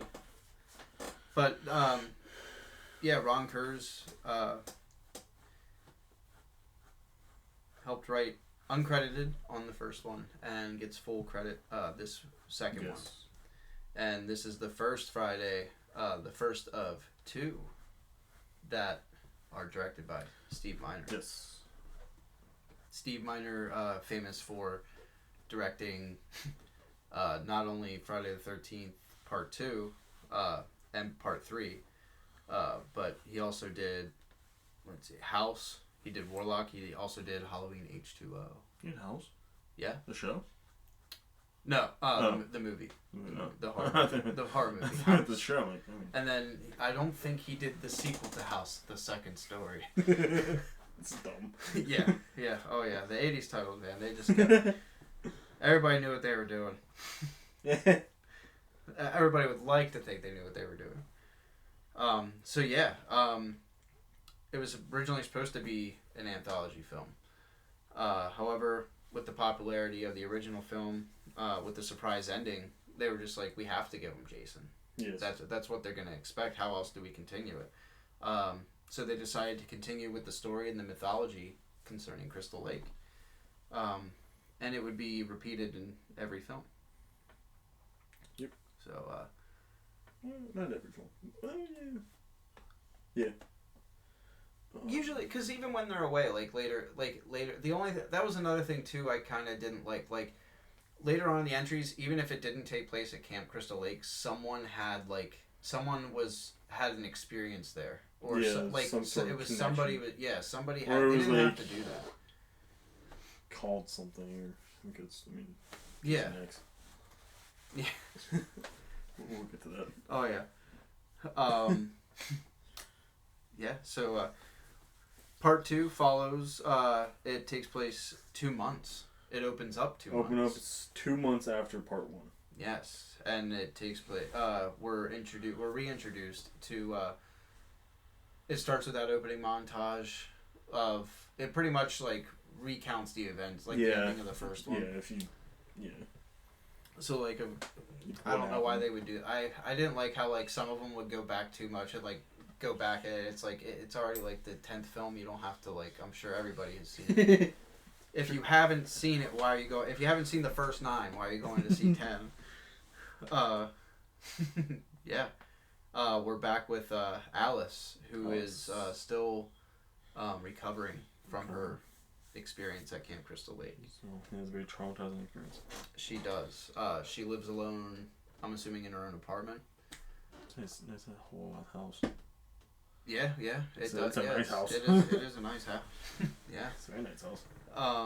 And I like that shot. You know, the film opens up, and it's like rainy. You hear a kid like singing like Itsy Bitsy Spider and like playing outside. Yeah. That like for the longest time when I was a kid, they would play Friday the 13th Part 2. I would know just from that scene alone that was Friday the 13th, that I knew like to turn it off. Like, but I was like 5. Yeah. And as soon as anytime I would hear Itsy Bitsy Spider, I just thought of like the kid getting called inside by his mom because it's too late, and he's just like, "Oh, Mom," and then like you hear him leave, and then you just see like Jason's feet like you see just right into the foot. yeah, and that's the first and only time Jason's portrayed by a woman. I think I knew that. I think it was a costume designer. Yes, I don't remember that. Or just maybe it was like a last minute like Pretty because sure I do know that they filmed the opening like last. Oh, okay. I know. You did say something about that before. But yes, you see. Well, you don't really know it's Jason yet, but No, because it opens up. She's like tossing and turning in bed, that's where you get fed those visions. mm-hmm. That's how they kind of fill everybody in by bringing back in the flashbacks of the ending of the first one. Mrs. Voorhees. And then she's on the phone with her mom before her phone even rings. I like that like one continuous shot, like just following her around. Yeah, I did like that. And then ending on just like the phone ringing, and then it like just stops right on her face. Yeah. And then it goes to her picking up the phone. It's her mom. Like I thought that was a pretty cool shot. And then she gets off the phone. She got the phone. Because she's just... It seems like the phone conversation she's having with her mom is like her mom is just like, oh, you know, you can come home or something like that. She's like, no, I want to, you know, I got to do this on my own. I got to do my own thing. Mm-hmm. I went through it. You know, I got to get through this somehow. And she gets off the phone with her mother. And I think she goes into the kitchen. And... The window's open. She goes to make tea. She's getting a tea ready. Yes. She gets the kettle. That's right. Because we'll learn coming up that Jason does have some sort of manners. Yeah. Remember that? don't want to wake the neighbors. No. Yeah. he is very nice to that. She gets spooked. Because her cat jumps through her window. Now you say jumped. Supposed to be jumped. The cat's thrown. You and I can, but yeah, go ahead. You see that, people? If you go watch Friday the 13th Part 2 right now, watch the movie. That damn cat was thrown. It was supposed to be jumped, but that cat was straight up thrown. Wasn't the first cat to be thrown in a Friday the 13th film either. But that comes later. Yeah, she was like, yeah, it was definitely thrown. Yeah, she's startled, and then obviously it's her cat, because then she goes, hey, she wants to feed it, and what happens to it? She opens up the fridge, and Mrs. Voorhees' head is just there. The severed head of Pamela Voorhees. Just confused. Oh, it's still just Mrs. Voorhees. Whatever. We don't know what her first name was. And then... and it's a pickaxe. Ice pick. Not a pickaxe. That comes later too. Great movie, just later on. So yes, the ice pick. Ice pick through her side of the head, through her temple. Yeah. Oh yeah. Oh, and that shot there. They actually, when I was doing research, it turns out that it didn't retract the first time. Ooh. Yeah, and luckily it was. It did end up retracting, but like it didn't give right away. So like it kind of left like a little bit of a mark. Just... Yeah, not fun. Not fun. That was the first of another. I think there was another injury on the film that will come later. Towards the end. Yep, Alice is the first to die by Jason's hand. Yeah, she is his first victim. Which is fitting. Oh, absolutely. Yeah, she killed his mom, and you know, as you'll learn throughout the mythology of Crystal Lake, you don't do that. You don't do that. You don't follow Jason. No. Freddy will learn that too. Yeah. And so that opening, was 2 months. It opened 2 months after. Yes. So after Alice is dead, It just cuts jumps. to 5 years. 5 years later. Um, And we're introduced to Paul. Paul Holt. Yes. For some reason, yeah. No, it's not at the same camp. It's not the same camp. Same lake though. It's the same lake. It's a school. It's like a school for camp counselors. Packanack? Yes, Packanack Lodge. Yeah. It didn't say it in the wiki, but yeah. And we're introduced to the campers. I don't even remember that from the game. Sandra. Sandra and her boyfriend Jeff, who obviously arrived by truck. Which gets towed. Which gets towed. Which gets towed by their boy Ted. Ted. We'll get to Ted. Ted's a good guy. Ted's a good guy. Actually, I just remembered this. I remember looking this up. Yeah. Ted, the actor, Mm-hmm. I can't remember his name is. His nephew is actually the current guitarist for Ice Nine Kills. Oh, really? Yes. The current lead guitarist for Ice Nine Kills. So, yes, that's right. Stu Cherno as Ted his Bowen. Nephew is the current guitarist for Ice Nine Kills. Okay. Hell yeah. If everybody knows who Ice Nine Kills is. Oh, you gotta. If you love horror, If you love horror, you gotta. And if you love horror and you love metal. You get the best of both worlds. Yes. That's a nice It part. is Ice maybe Nine my Kill. second favorite band. Hell yeah. This little No, are you in that? tidbit. And that's good. That's why we do this. We like to. I mean, we know quite a bit more than some of the casual movie. Like, if you just watch the movie. no bragging or anything like that. But I mean, it's just. We just say these are our favorite franchises. There's it's something that we grew up with and just really Well, I enjoy. didn't, I love to dissect that stuff and just like, because I know we talked about it before, like just certain shots, especially in the first like 4 of them, like the first 4 Fridays. There's just a lot. Like I don't know if it was the time or what, but there's just. You look past the scene and you see the settings and stuff like that, and you want to be there, like you want to hang out in that neighborhood for a while. I want to go where they filmed that. That would be fun. I thought think it's of still that. open. I think they still do that. Camp Nobi something. Yeah, they do camps there. I want to do that. Well, we're on a topic, but this is important. It's not important, but whatever. I think in Arizona. This is our podcast. It's not important. In Arizona. I don't want to get too off topic, but no, you're good, man. In Arizona, I think it's Arizona. Mm-hmm. They actually have a Survive Jason Voorhees camp. Oh yeah. Where it's a weekend, so it's 2 days and 2 nights. Where your literally goal is to survive. Yeah. A Jason Voorhees, which That's is really cool. That's cool. I do want to do that someday. But then like the people that like die, like in quotations, Yeah. everybody's gonna die at this camp. No one's gonna die, But like they take you and separate you from the other it's groups. like you like in a group of whoever, and you have to literally survive for 2 days when someone's actually chasing you. That's sick. That's like awesome. and like even like when you're sleeping and stuff too. Oh wow. I think there's multiple Jasons. Just as long as like you do get privacy, like they let you go to the bathroom. I'm sure they do. I mean that would be kind of cool, like realistic if they. Okay, anyways. I don't know though. I mean, if it was number 2 though, I'd be pretty upset.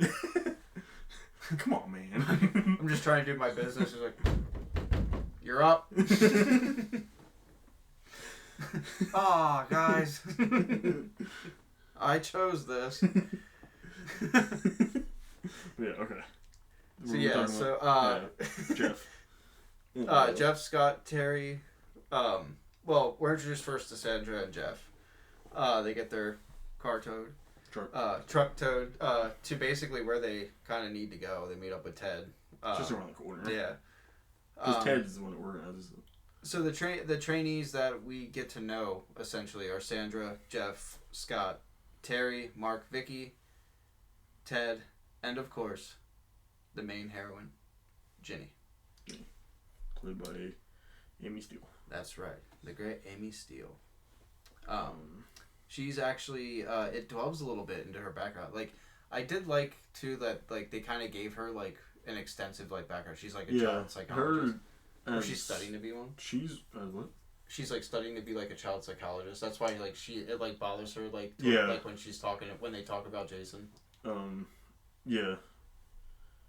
She becomes one of my favorite final girls. Oh yes, I do like Jenny a lot because she's like kind of smarter than she can. what she does at the very end is cool. Yeah. Oh yeah. She uses that. She uses like that psychology on him. Yeah. But I mean, here we are thinking more about this than probably the filmmakers did. You know. We're still talking about your film 40 some years later. Yeah. So it definitely leaves. Part 2 is 41. Yeah. So all the counselors get together during the day. During that day, they all get together. They're all introduced. Ginny shows up last, fashionably late, as she says. Her car. She does her little beetle. Her Vito.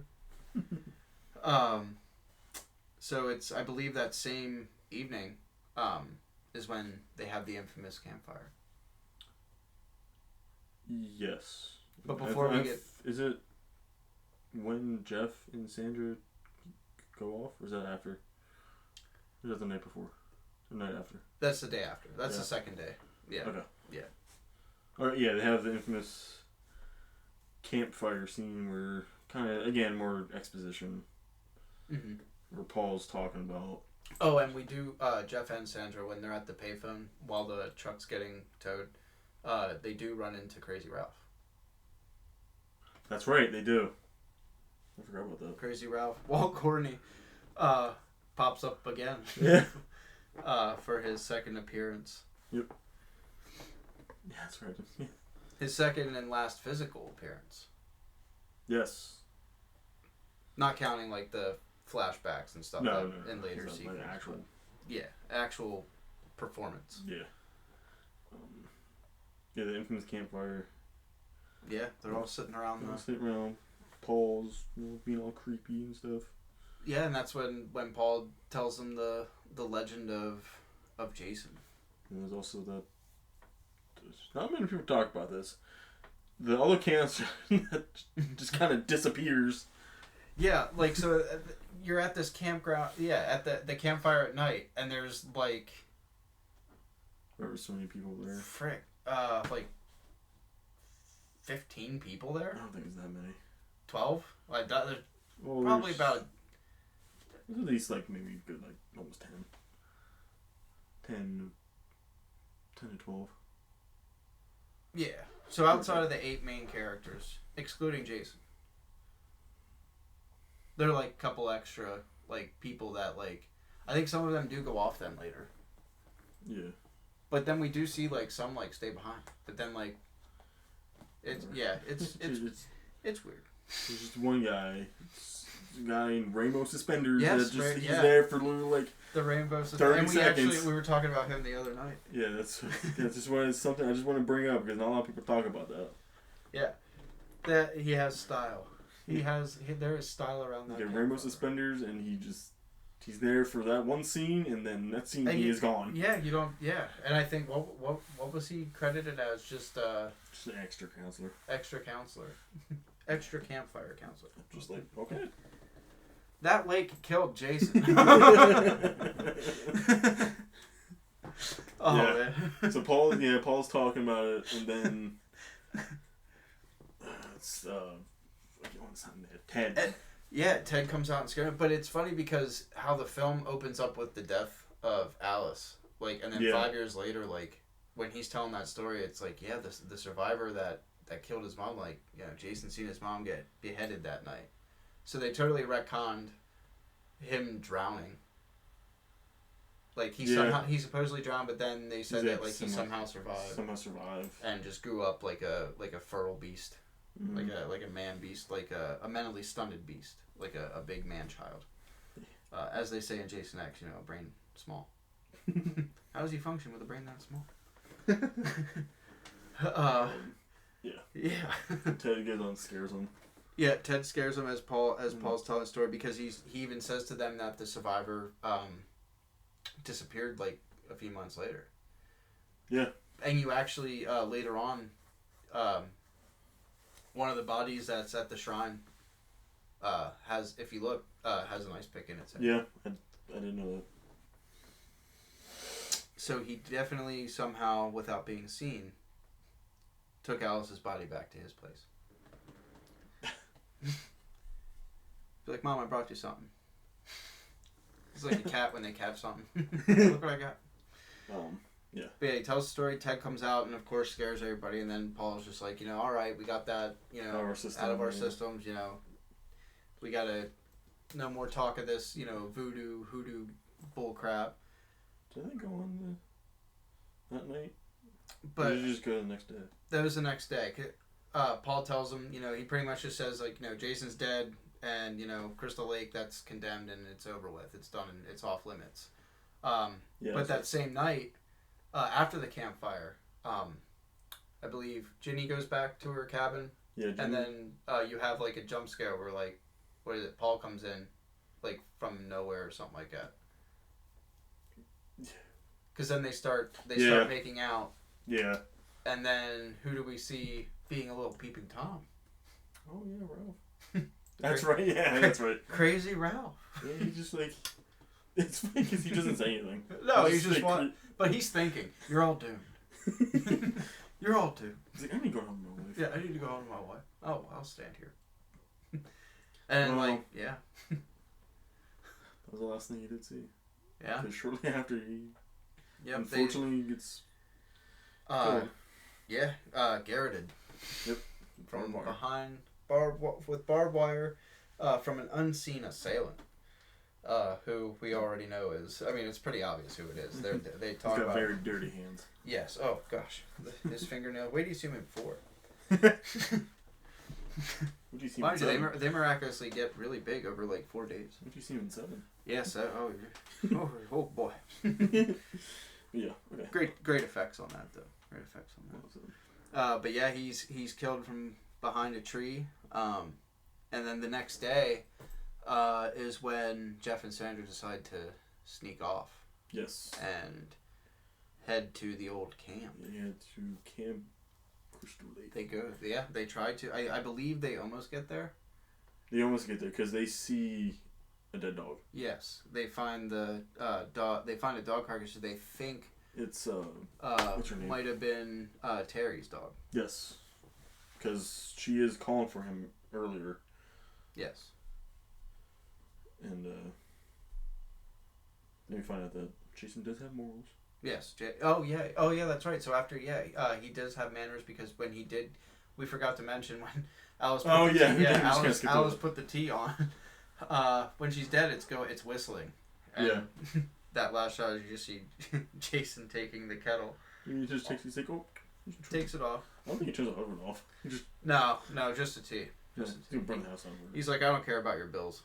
I don't care about your bills, but I don't want the neighbors coming over here. I don't want the neighbors coming over. So yeah, they think that the dog carcass belongs to Terry, but before they can go any further, they're caught. Caught by the cop. Yes, Deputy Winslow. Yes, I did. Did I read that down? Yes. No. Yes, I did. I wrote down how he dies. Deputy Winslow. Yeah, he gets killed with a hammer blow. That's right. So once Jeff and Sandra are caught by the deputy, he drives them back to camp. Yeah. And then I believe gets back to him because he sees something. He sees somebody. Yeah, driving back. So after the whole talk with them at the he's driving back out of the camp.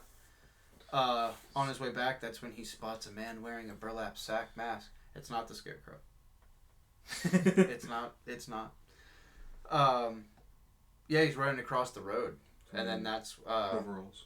He's wearing his overalls, and what's he have? He's got like that blue flannel. Very backwoodsy, Jason. It was my Halloween costume last year. Oh yeah, oh yeah. And to be honest, I feel like he's actually almost more creepy in this than like the next one. Yeah, I do like that. Just the reveal shot where you forget. Okay, all right. The reveal shot. So, Winslow's chasing him. Yeah, he sees them and he's like, "Ooh." He sees a shack. Yes. He finds Jason's shack. And when he goes inside, he's like digging around. He sees a shrine. Yeah, he finds shrine. The shrine of Pamela Voorhees. Yep. He is. Oh, Mrs. Voorhees. She's not Pam yet. See Mrs. Voorhees' head, which actually between. For 5 years, yeah. For 5 years, it looks exactly the same. I don't know what he's doing to that head to preserve it. Yeah, it does. I mean, it still has like a full head of hair. Yeah, it's not a skull. It's like still a head. It's impressive. So, and you learn also that in the woods. the blue sweater. You do, yeah. He does have her sweater like laid out in front of the head, almost like See some bodies around. some bodies around, almost like sacrifices. Mm-hmm. It's almost like a sacrificial altar, which is And all of a sudden, you just see just hammers rise up and whack. yes.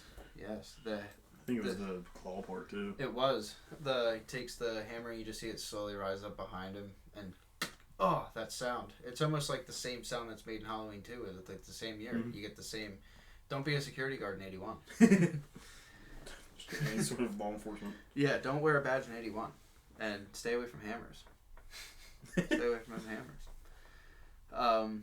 So yeah, he gets killed with that. He gets killed with that hammer. Also, though, when Winslow is being chased, or when he's chasing Jason through the woods, he runs. You see that shot of Jason. Jason runs through the puddle. Yes. And then later on, we don't know it, but when Ginny's actually leaving the camp, and she's actually running away from him, she runs around that same puddle. So like, we know that she's going to his shack. Oh. Yeah. Oh, I didn't even think about that. I thought that was pretty cool, because like they both, him and the sheriff like hops over it. Yeah. Jason runs through it, and then when she's running, she avoids it. Like she goes around. Yeah. Okay. Cool. Yeah. So Winslow is killed, and then back at the camp. Obviously, like Jeff and Sandra get yelled at by Paul. Yeah. Paul like pretty much. Well, he's kind of like a smart ass like to the because he's like you're not gonna punish him because he's like I'll talk to you guys later or something like that, and he's just like he's like we'll finish out your guys' punishment like later or something like that, and then the deputy's just like that's it, you're not gonna reprimand him or anything like that, and he's like that funny line where he's just like, hey Jenny, no seconds on dessert for Jeff and Sandra tonight, and she's like giving like a half smirk, and the deputy's just not having fun. And he ends up not having any fun at all. No, not anymore. You can't. No. So we're back at the camp, and that's what is it during the day. It's just another work day, pretty much. Yeah. You know, they're just getting stuff together. Yeah, because the camp's not open yet. They're still getting stuff ready. Yep, they're still getting ready. They're still learning. They're still they're just trainees. They're learning to be the best counselors they can be. If only for a short while. If only for a very short while. Then I don't think anything really happens during that day. No, because not during the day, but I know at night. Nighttime. So that's when Paul says. Paul says they can one night on the town. So. Alright, that counselor we talked about is there too. Yes, they're all sitting out on the porch. Yeah. Yeah. Because I remember him jumping out of the truck. Mm-hmm. And then he's never seen again. Yeah. He got lost. So yeah, so they all go to... they all go to... Not they all. Most of them go. Jeff and Sandra can't. Mm-hmm. Jenny stays... That's their punishment. No, yeah, That's their punishment is they have to stay back. Yeah, Jenny and Paul go. Ted goes. That unnamed counselor goes. I think that's it. So basically, it's just Paul, Ginny, and Ted. Yes. That go out, and then everybody else. Well, you have the randos that go with them. That's right. Yeah. Because they take like 2 vehicles. It takes 2 vehicles. Yeah. Because they take Paul's car and take. And then the only ones that come back is Paul and Ginny. Yeah. So I mean, I know I always griped about Ted being a survivor. There was more than one survivor that night. And actually, in the novelization, Ted wakes up and no, I'm just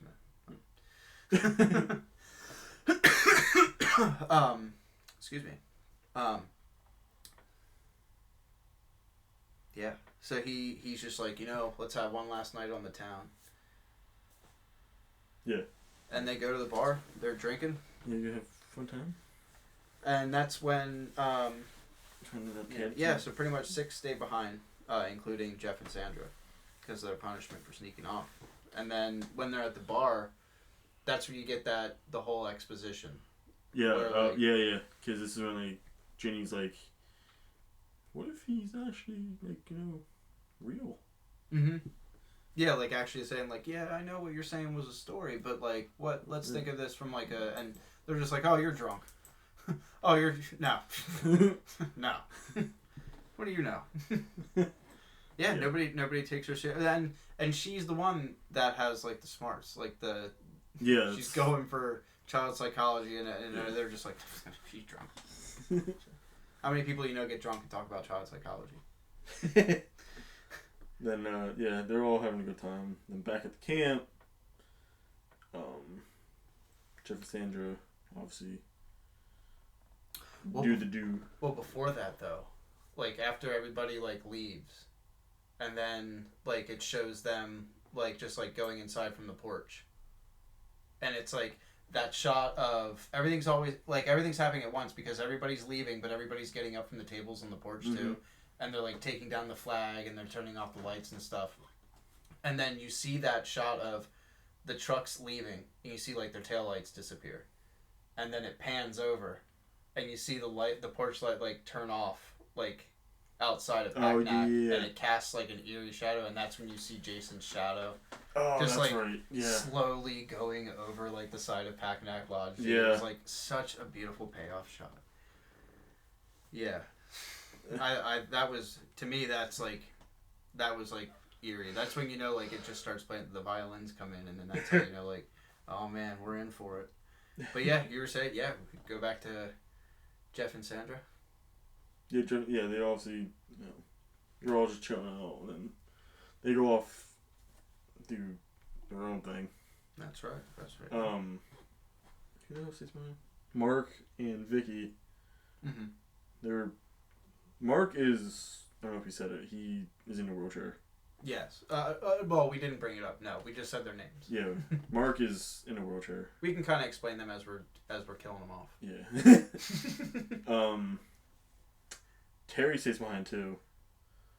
Cause she goes skinny dipping. She does. She's one of the first ones to die. Yes, she's the first one to go off on her own. Yeah. Well, besides all the people that want to go get drunk, why not? Because you got to watch kids next day. Yeah. Who wants to do that hungover? They don't start the next day. Mm-hmm. They don't start the next day.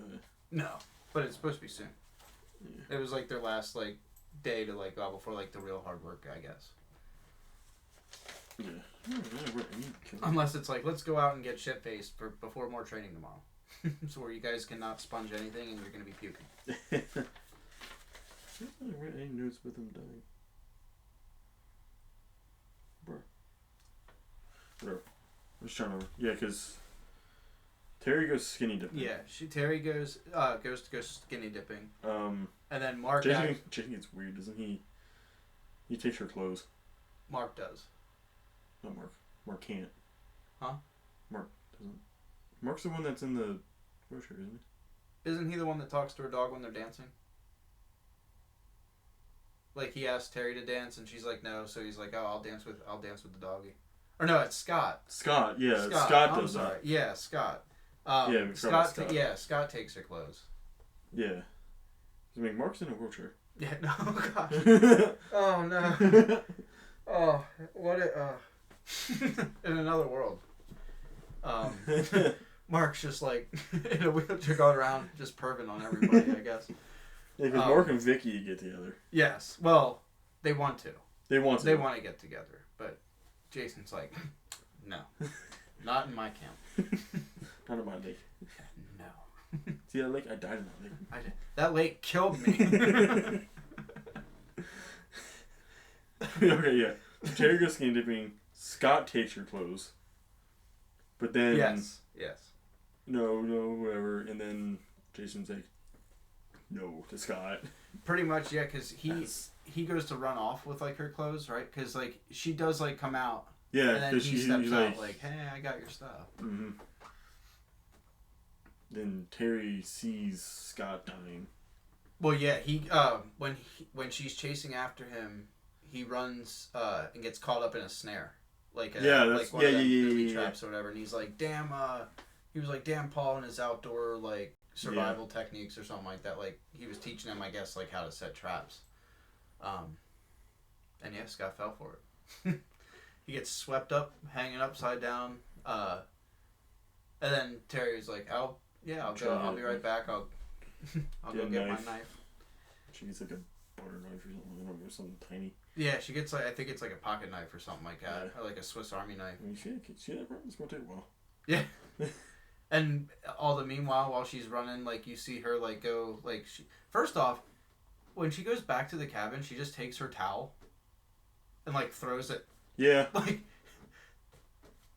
at the camera, but it's like you hear it hit the bushes, and it's just like, aren't you gonna? What? Okay, you're just gonna leave your damn towel like laying there. Even after they were gone, I was just thinking like nobody's that towel. It was dead, and that towel was still there. That towel was still there. And in part 3, that towel was still there. In part 3, the closing shot, the helicopter, the lights on the towel. Wow. Yes.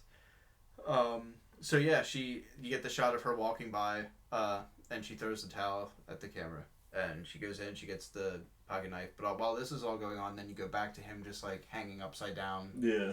And he's just like kind of like just like talking to himself. Mm-hmm. And then it goes to like what he like just kind of like half turns, and then he gets stopped. Yeah. Right. He thinks it's Terry. Yeah. And then I think the dull side is used to cut his throat as well. Yes. I think so. Because it's like, because it's just the way that the machete's curved. Yeah, yeah. You can definitely tell it's the dull side. It's like, why? How? Why? Jason has killed how many people? Well, it's his first time. It's his first big night. It's his first big night, okay? This is... He'll get down eventually. Yeah. Jason's just like us. We're starting out. Yeah. Gotta walk before you run. So yeah. So Quote Jason Voorhees, 19... He gets a throat slit. Gets his throat slit, and then Terry comes back, and I think it's just one of those, like, she turns around to the camera, and is just like, ah! Yeah. Just surprise-faced. And then I think it's over. I think then, like, it cuts. Then it cuts to the camp, to the lodge. Yes. Because then Jeff and Sandra, because they're obviously gone. Mm-hmm. Then it's Vicky and Mark, just kind of there. Yeah. Yeah, Terry's killed off screen upon finding Scott. R.I.P. Scott and Vicky. Or, not Vicky, wow, Terry. Yeah, that's right, because then... Poor Mark. It's funny, though. And like, Vicky dies, like, so much, like, later than he does, which is, like, weird. Yeah, because Vicky... Because, like, the whole time, she's, like, up his ass. Like, the whole movie. Yeah. I don't think she would have gave him enough time. Like, to, like, be that... Well, no, I think she went off to, like... She's like, I gotta go, like... She went to, like, go get a shower or, like, clean up or something. Because she was planning on sleeping with him. Yeah. Yeah, she went for a change or something. Yeah. And then... So... Then we're left... Mark's sitting on the eaves outside. He's just on the porch and it's pouring down rain. Pouring down rain. And it's just that long, lingering shot of a boy in a wheelchair. Next to stairs. And, you know... Yeah. And, I mean, all it is just, like, that shot's nice of, like, coming up from behind. Is it Vicky? And it's just like... like, the music is going. You're just like, oh, no. Good old thwack to the side. Not to the side, to across the face. Oh, my gosh, yes. With the doll side again. And he's just sitting there, like, watching the rain, like, watching the lightning storm. You know? There's not much... He's not going to be able... He can't leave the porch. Not yet. I think he gets pushed. Yeah. Jason just kind of does that just to be a dick. I honestly could see Jason just like thwack. Like he gets Mark gets the machete across the face, and then Jason just like boots him. Like just boot. Yeah, it's across the face with the doll side. Yeah, with the doll side. Yeah. Just... And I didn't even notice that until you called that out, man. I honestly, as many times as I've seen that, now the throat one was like, I think because like it's fast with the machete like right in the face, but the doll side, yeah, man, like he didn't have enough hardships. Like he just falls down the stairs, and I remember the first time you seen that, I just laughed my ass off. Oh man, it was so funny. It was because it's just like getting like down the steps. It's raining, thundering. And then it like just freezes. Just freeze frames. And then does the whiteout. Yeah. Oh man. Can't remember who it goes to next. I believe that is when the killer goes upstairs. Okay. Yeah. Okay, then it's Frank and Sandra. Yes. Jeff and Sandra. Jeff yes. and Sandra. So of course they're in coitus. As and yeah, and it's just like that POV like over the shoulder shot, right, where you just see like the door open. Yeah. I don't think you necessarily see him yet. He's not fully revealed until Vicky. Yes. That's right, because they don't stab him. Mm-hmm. Yeah, because he has a spear. Yes. Or something. Yeah, no, it's a spear. Spear. Yeah. Because it's the one that Ted used earlier when he was wearing the mask. Oh, that's right. Yeah, because he picks it up. Yeah. That's right, because he's walking upstairs and he picks it up. Jason walks up and you just see him like pull that scary. He's like, I don't want this mask. Hair. Name. God. Yeah. I didn't make that one. No, he'll only wear something if he made it or if he killed somebody for it. Yeah. Yeah, he didn't earn that mask. So yeah, they're doing it, and the door opens. You just see the door opening, and then I think it cuts to like above them, and that's when you see Sandra like her eyes like get wide, and like she gasps. Yeah, she gasps, and then boom. With the both of them just hits the floorboard. Yeah, oh yeah, which was pretty much an homage to Bay of Blood. Oh really? Yeah. Directed by Mario Bava. Actually, quite a few kills actually. If you were to go back and like watch and then see like how some of them, yeah, it's pretty cool. So yeah, the spear goes through him and thud, that sickening noise. Just a thud. Yeah. Hell yeah. And it's like very little blood for being a double impale. Yeah. But if it wasn't for the MPAA, we would have seen a whole lot more. But it's a good thing we didn't, because the actress playing Sandra was actually underage. Yeah. I think she was only 16. Yeah.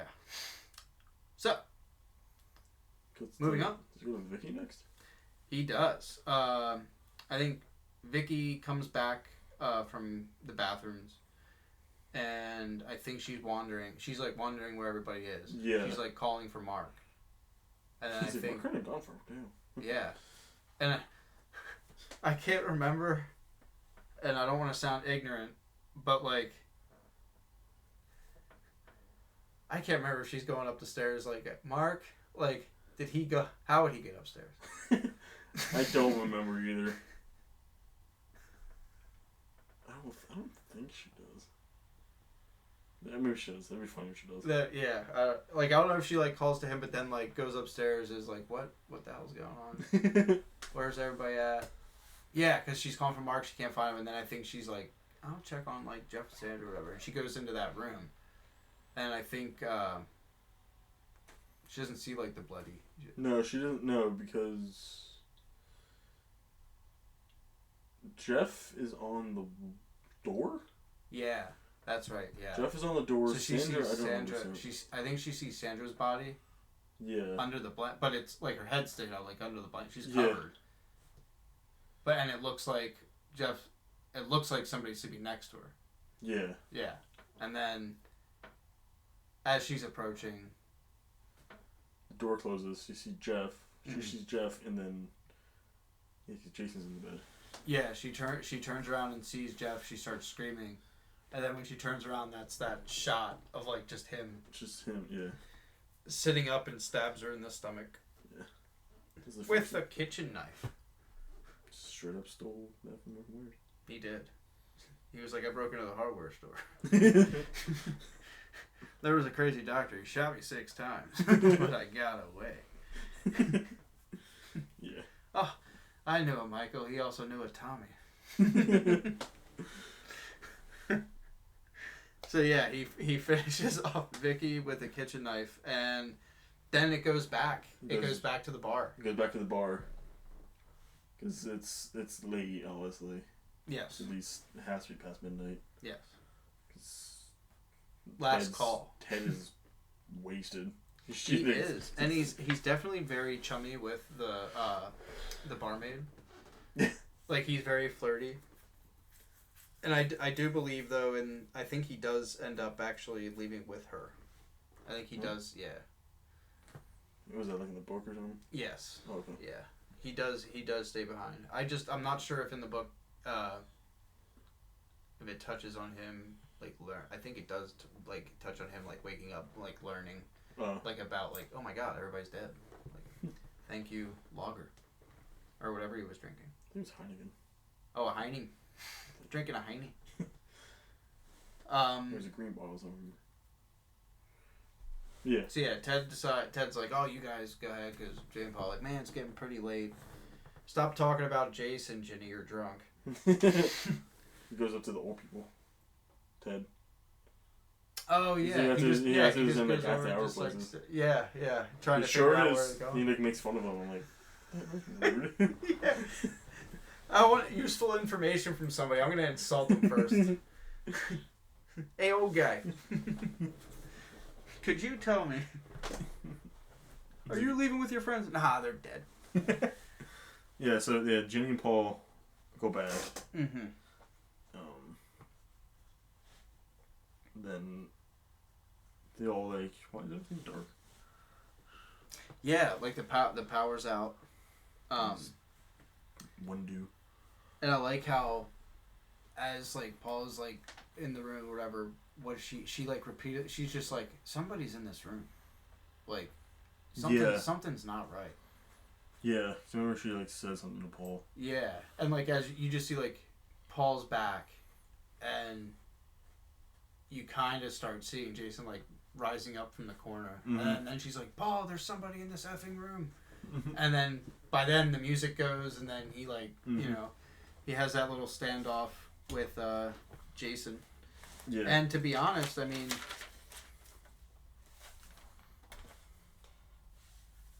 Paul is a big dude. Paul is a big guy. He's tall, too. Because he's almost as tall as Jason. Yeah, yeah. And Jason's, at least part 2 Jason's pretty tall. Mm-hmm. Who plays him? Steve Dash. No. Who? Paul? No, not Paul. Jason? Part Steve 2. Dashkowitz. But everybody called him Steve Dash. Oh, wait. And then Warrington Gillette was the unmasked Jason. Yeah. Oh, yeah. Oh, you just say Steve Dash.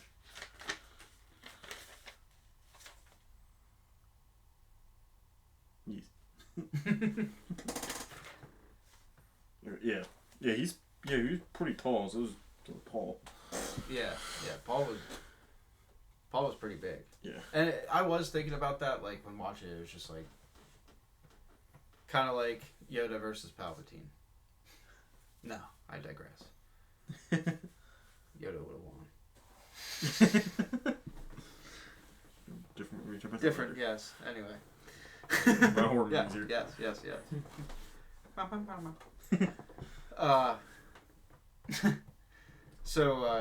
So Jason and Paul are having a struggle.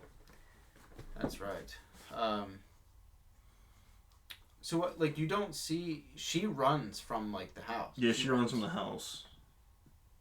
And I think that's when she tries for her car. Yes, she tries for her car, obviously It doesn't start. Mm-hmm. Which kind of makes sense because it's not really like a classic horror movie trope. The car doesn't start. Yeah. But like her car was having troubles before, so it kind of makes sense. Yeah, they made. I forgot about that. Yeah, they kind of like have an explanation to it. Mm-hmm. And she runs. Jason catches up to her. I know that. Not a lot of auto shops at Crystal Lake. Yeah, Jason catches up to her. Then she eventually makes it to his shack. Yes. Yeah, because they're running. And as she's running to like.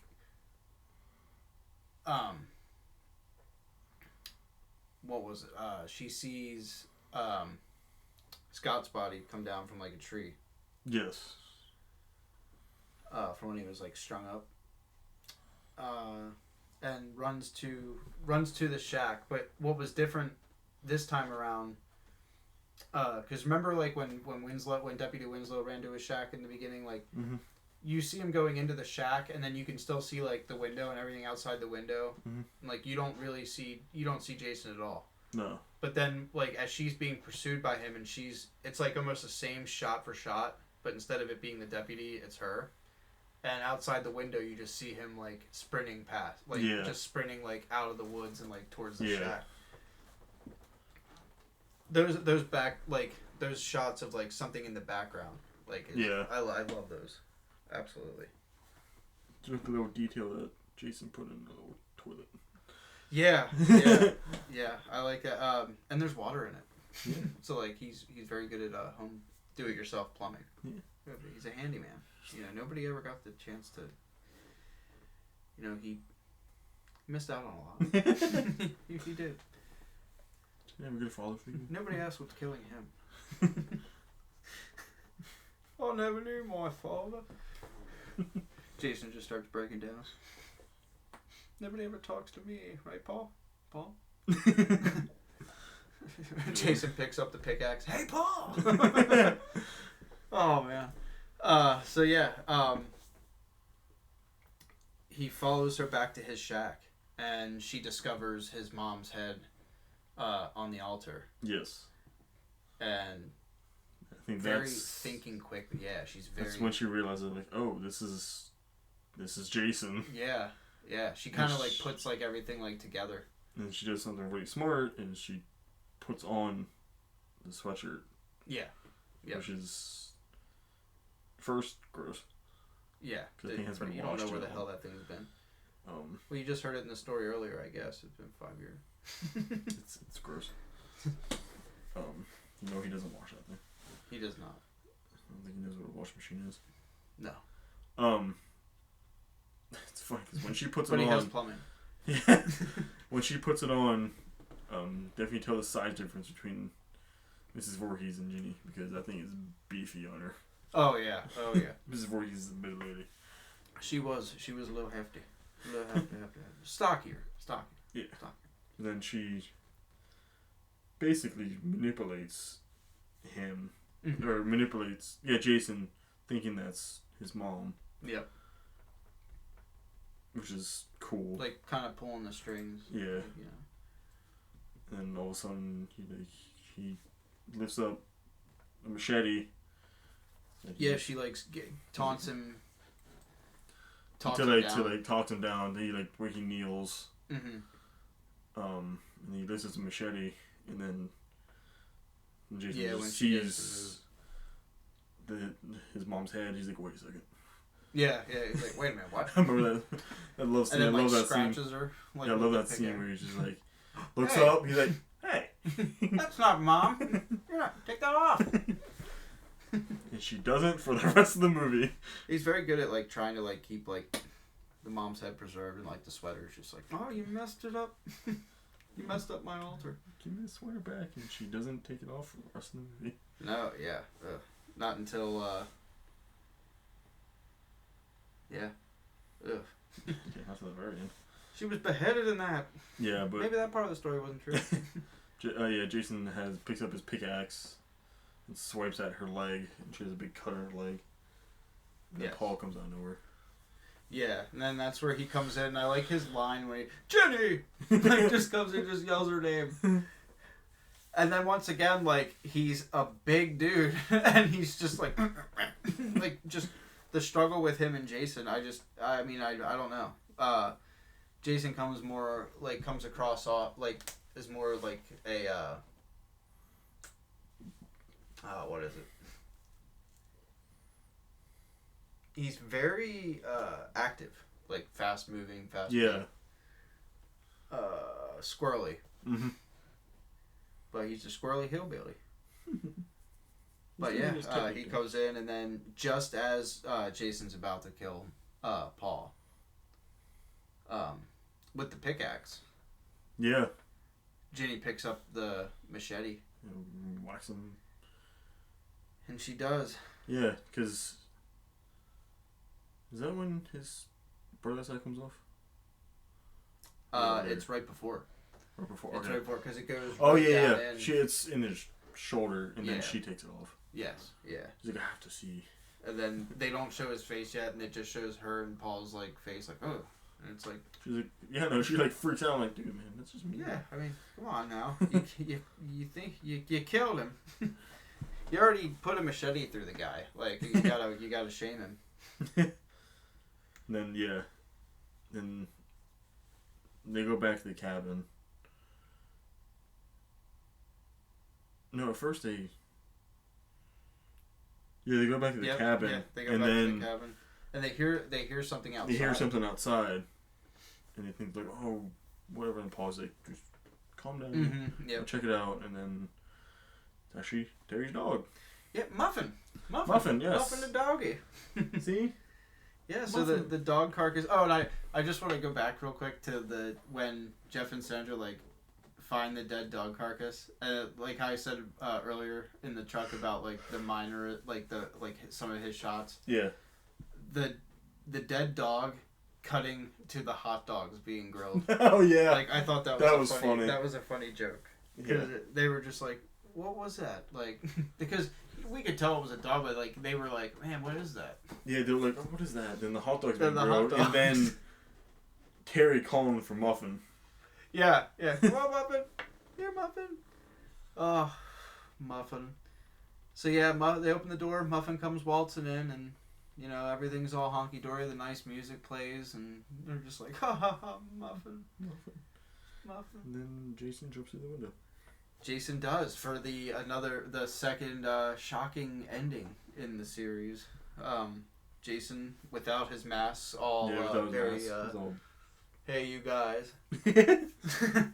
goony He kind of actually thought he kind of looked more like the Hunchback of Notre Dame, but with long hair.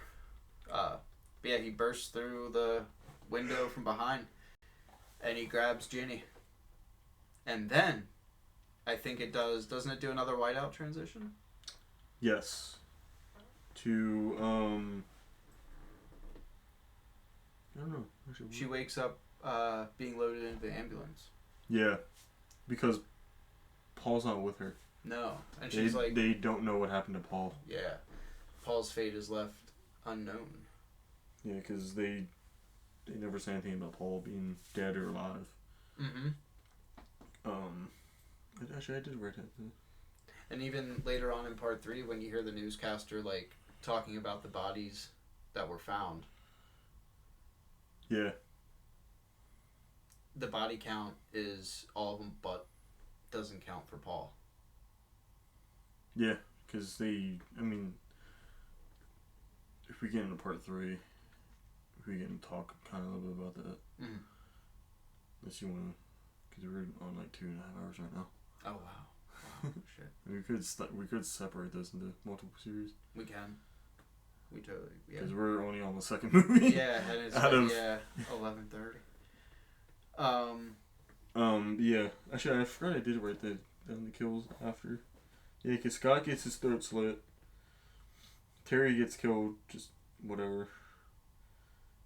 Mark gets a face full of machete and rolls down the stairs. Yes. Jeff and Sandra get impaled.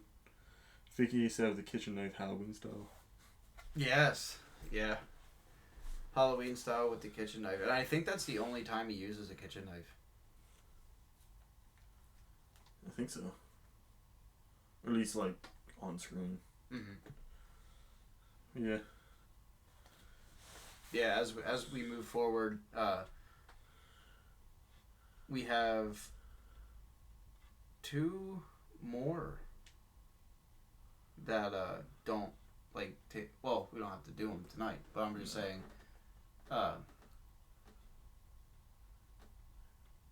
Despite popular belief, not all the Friday the 13th films take place at a camp. No. I think there's only maybe. How many? Take place at a camp?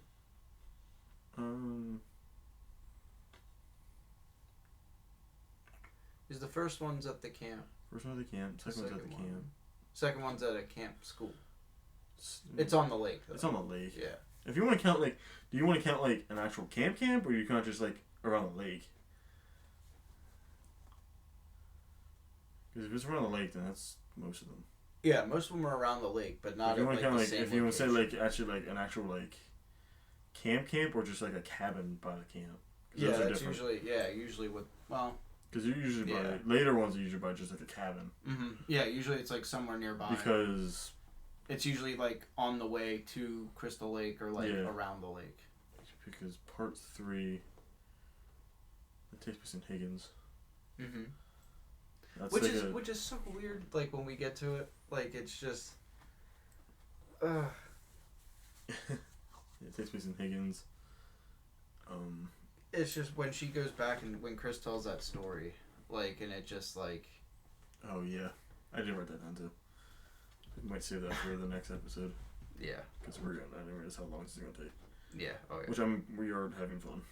Hell yeah. Yeah, dude, absolutely. Yeah. They'll finish the story. Yeah, 3's in Higgins. 4 takes place at the Jarvis / The house next door.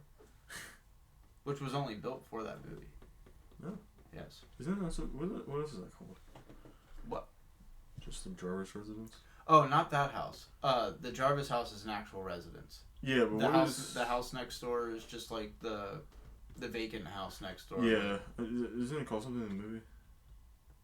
Or is it just like a house? I think it's just like a house. I can't remember if they say it's like somebody. I think it's just like a cabin that they can rent, that you can rent for like the weekend. Okay. Yeah, I don't remember. And then 5 is at 5 is at Pinehurst halfway house. Yeah. 6 is a whole other story. It's at Camp Crystal Lake. It's at Camp Crystal Lake, but it's a different name. 7 takes place again at around the lake. Shepherd's house and some other house. 8 starts in Crystal Lake. Well, it's called Jason Takes Manhattan. Ends in Vancouver.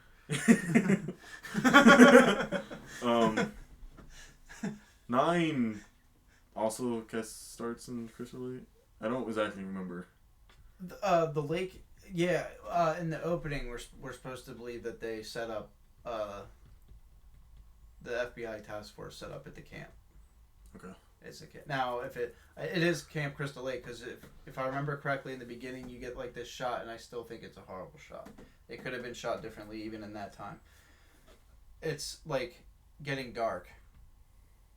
So like the sun's going down. It's pretty much dusk, and it's showing like this car that the female FBI agent's driving along, and you get the reflection of the light, the headlights of the like the whole time. And it's just like Jason X takes place underneath Crystal Lake. Yes. At the Crystal Lake Research Facility. Yes. Then Forever Jason takes place. It ends there actually. Doesn't start. Jason X takes place after Freddy vs. Jason. Yeah. Yeah. It starts. Doesn't it start before it and end after it?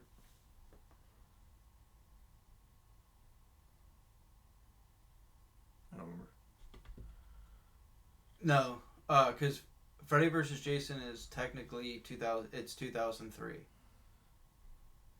So Freddy vs. Jason happened before Jason X. Oh, okay. Oh, yeah, because Jason X takes place in 2015. Yeah. Because where we're at by the end of part 9,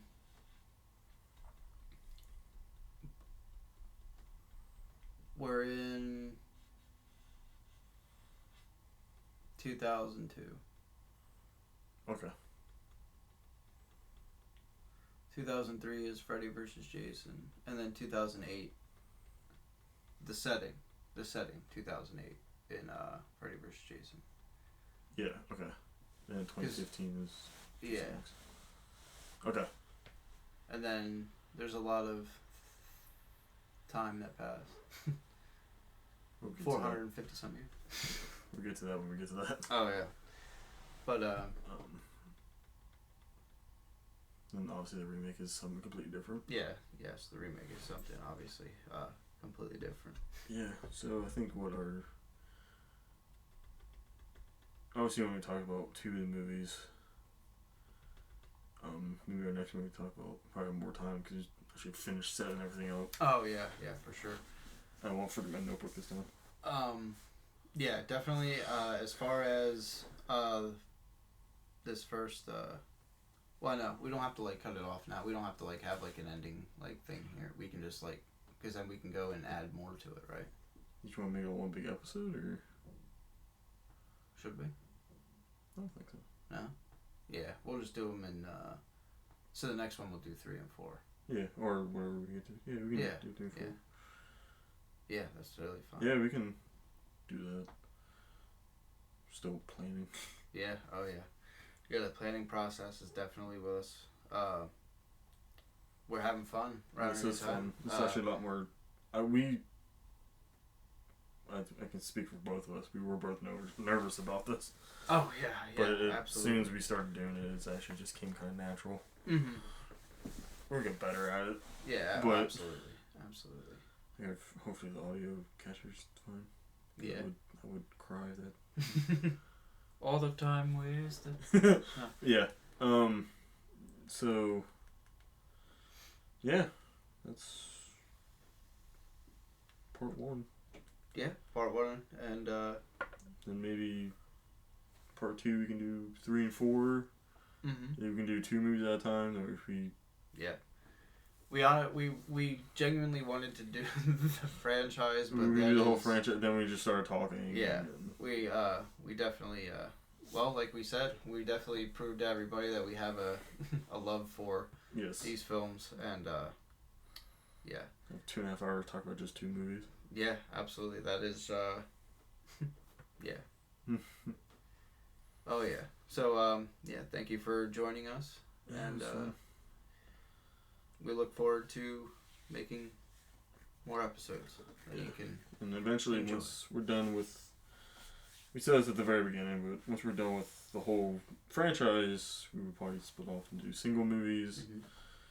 Talk more in depth of that. They might be shorter episodes, but who knows? Yeah. We just stick with franchises. Yeah. We shall see. The world is our oyster. Yep. The sky's the limit. Yep. But I'm Hoovy or John.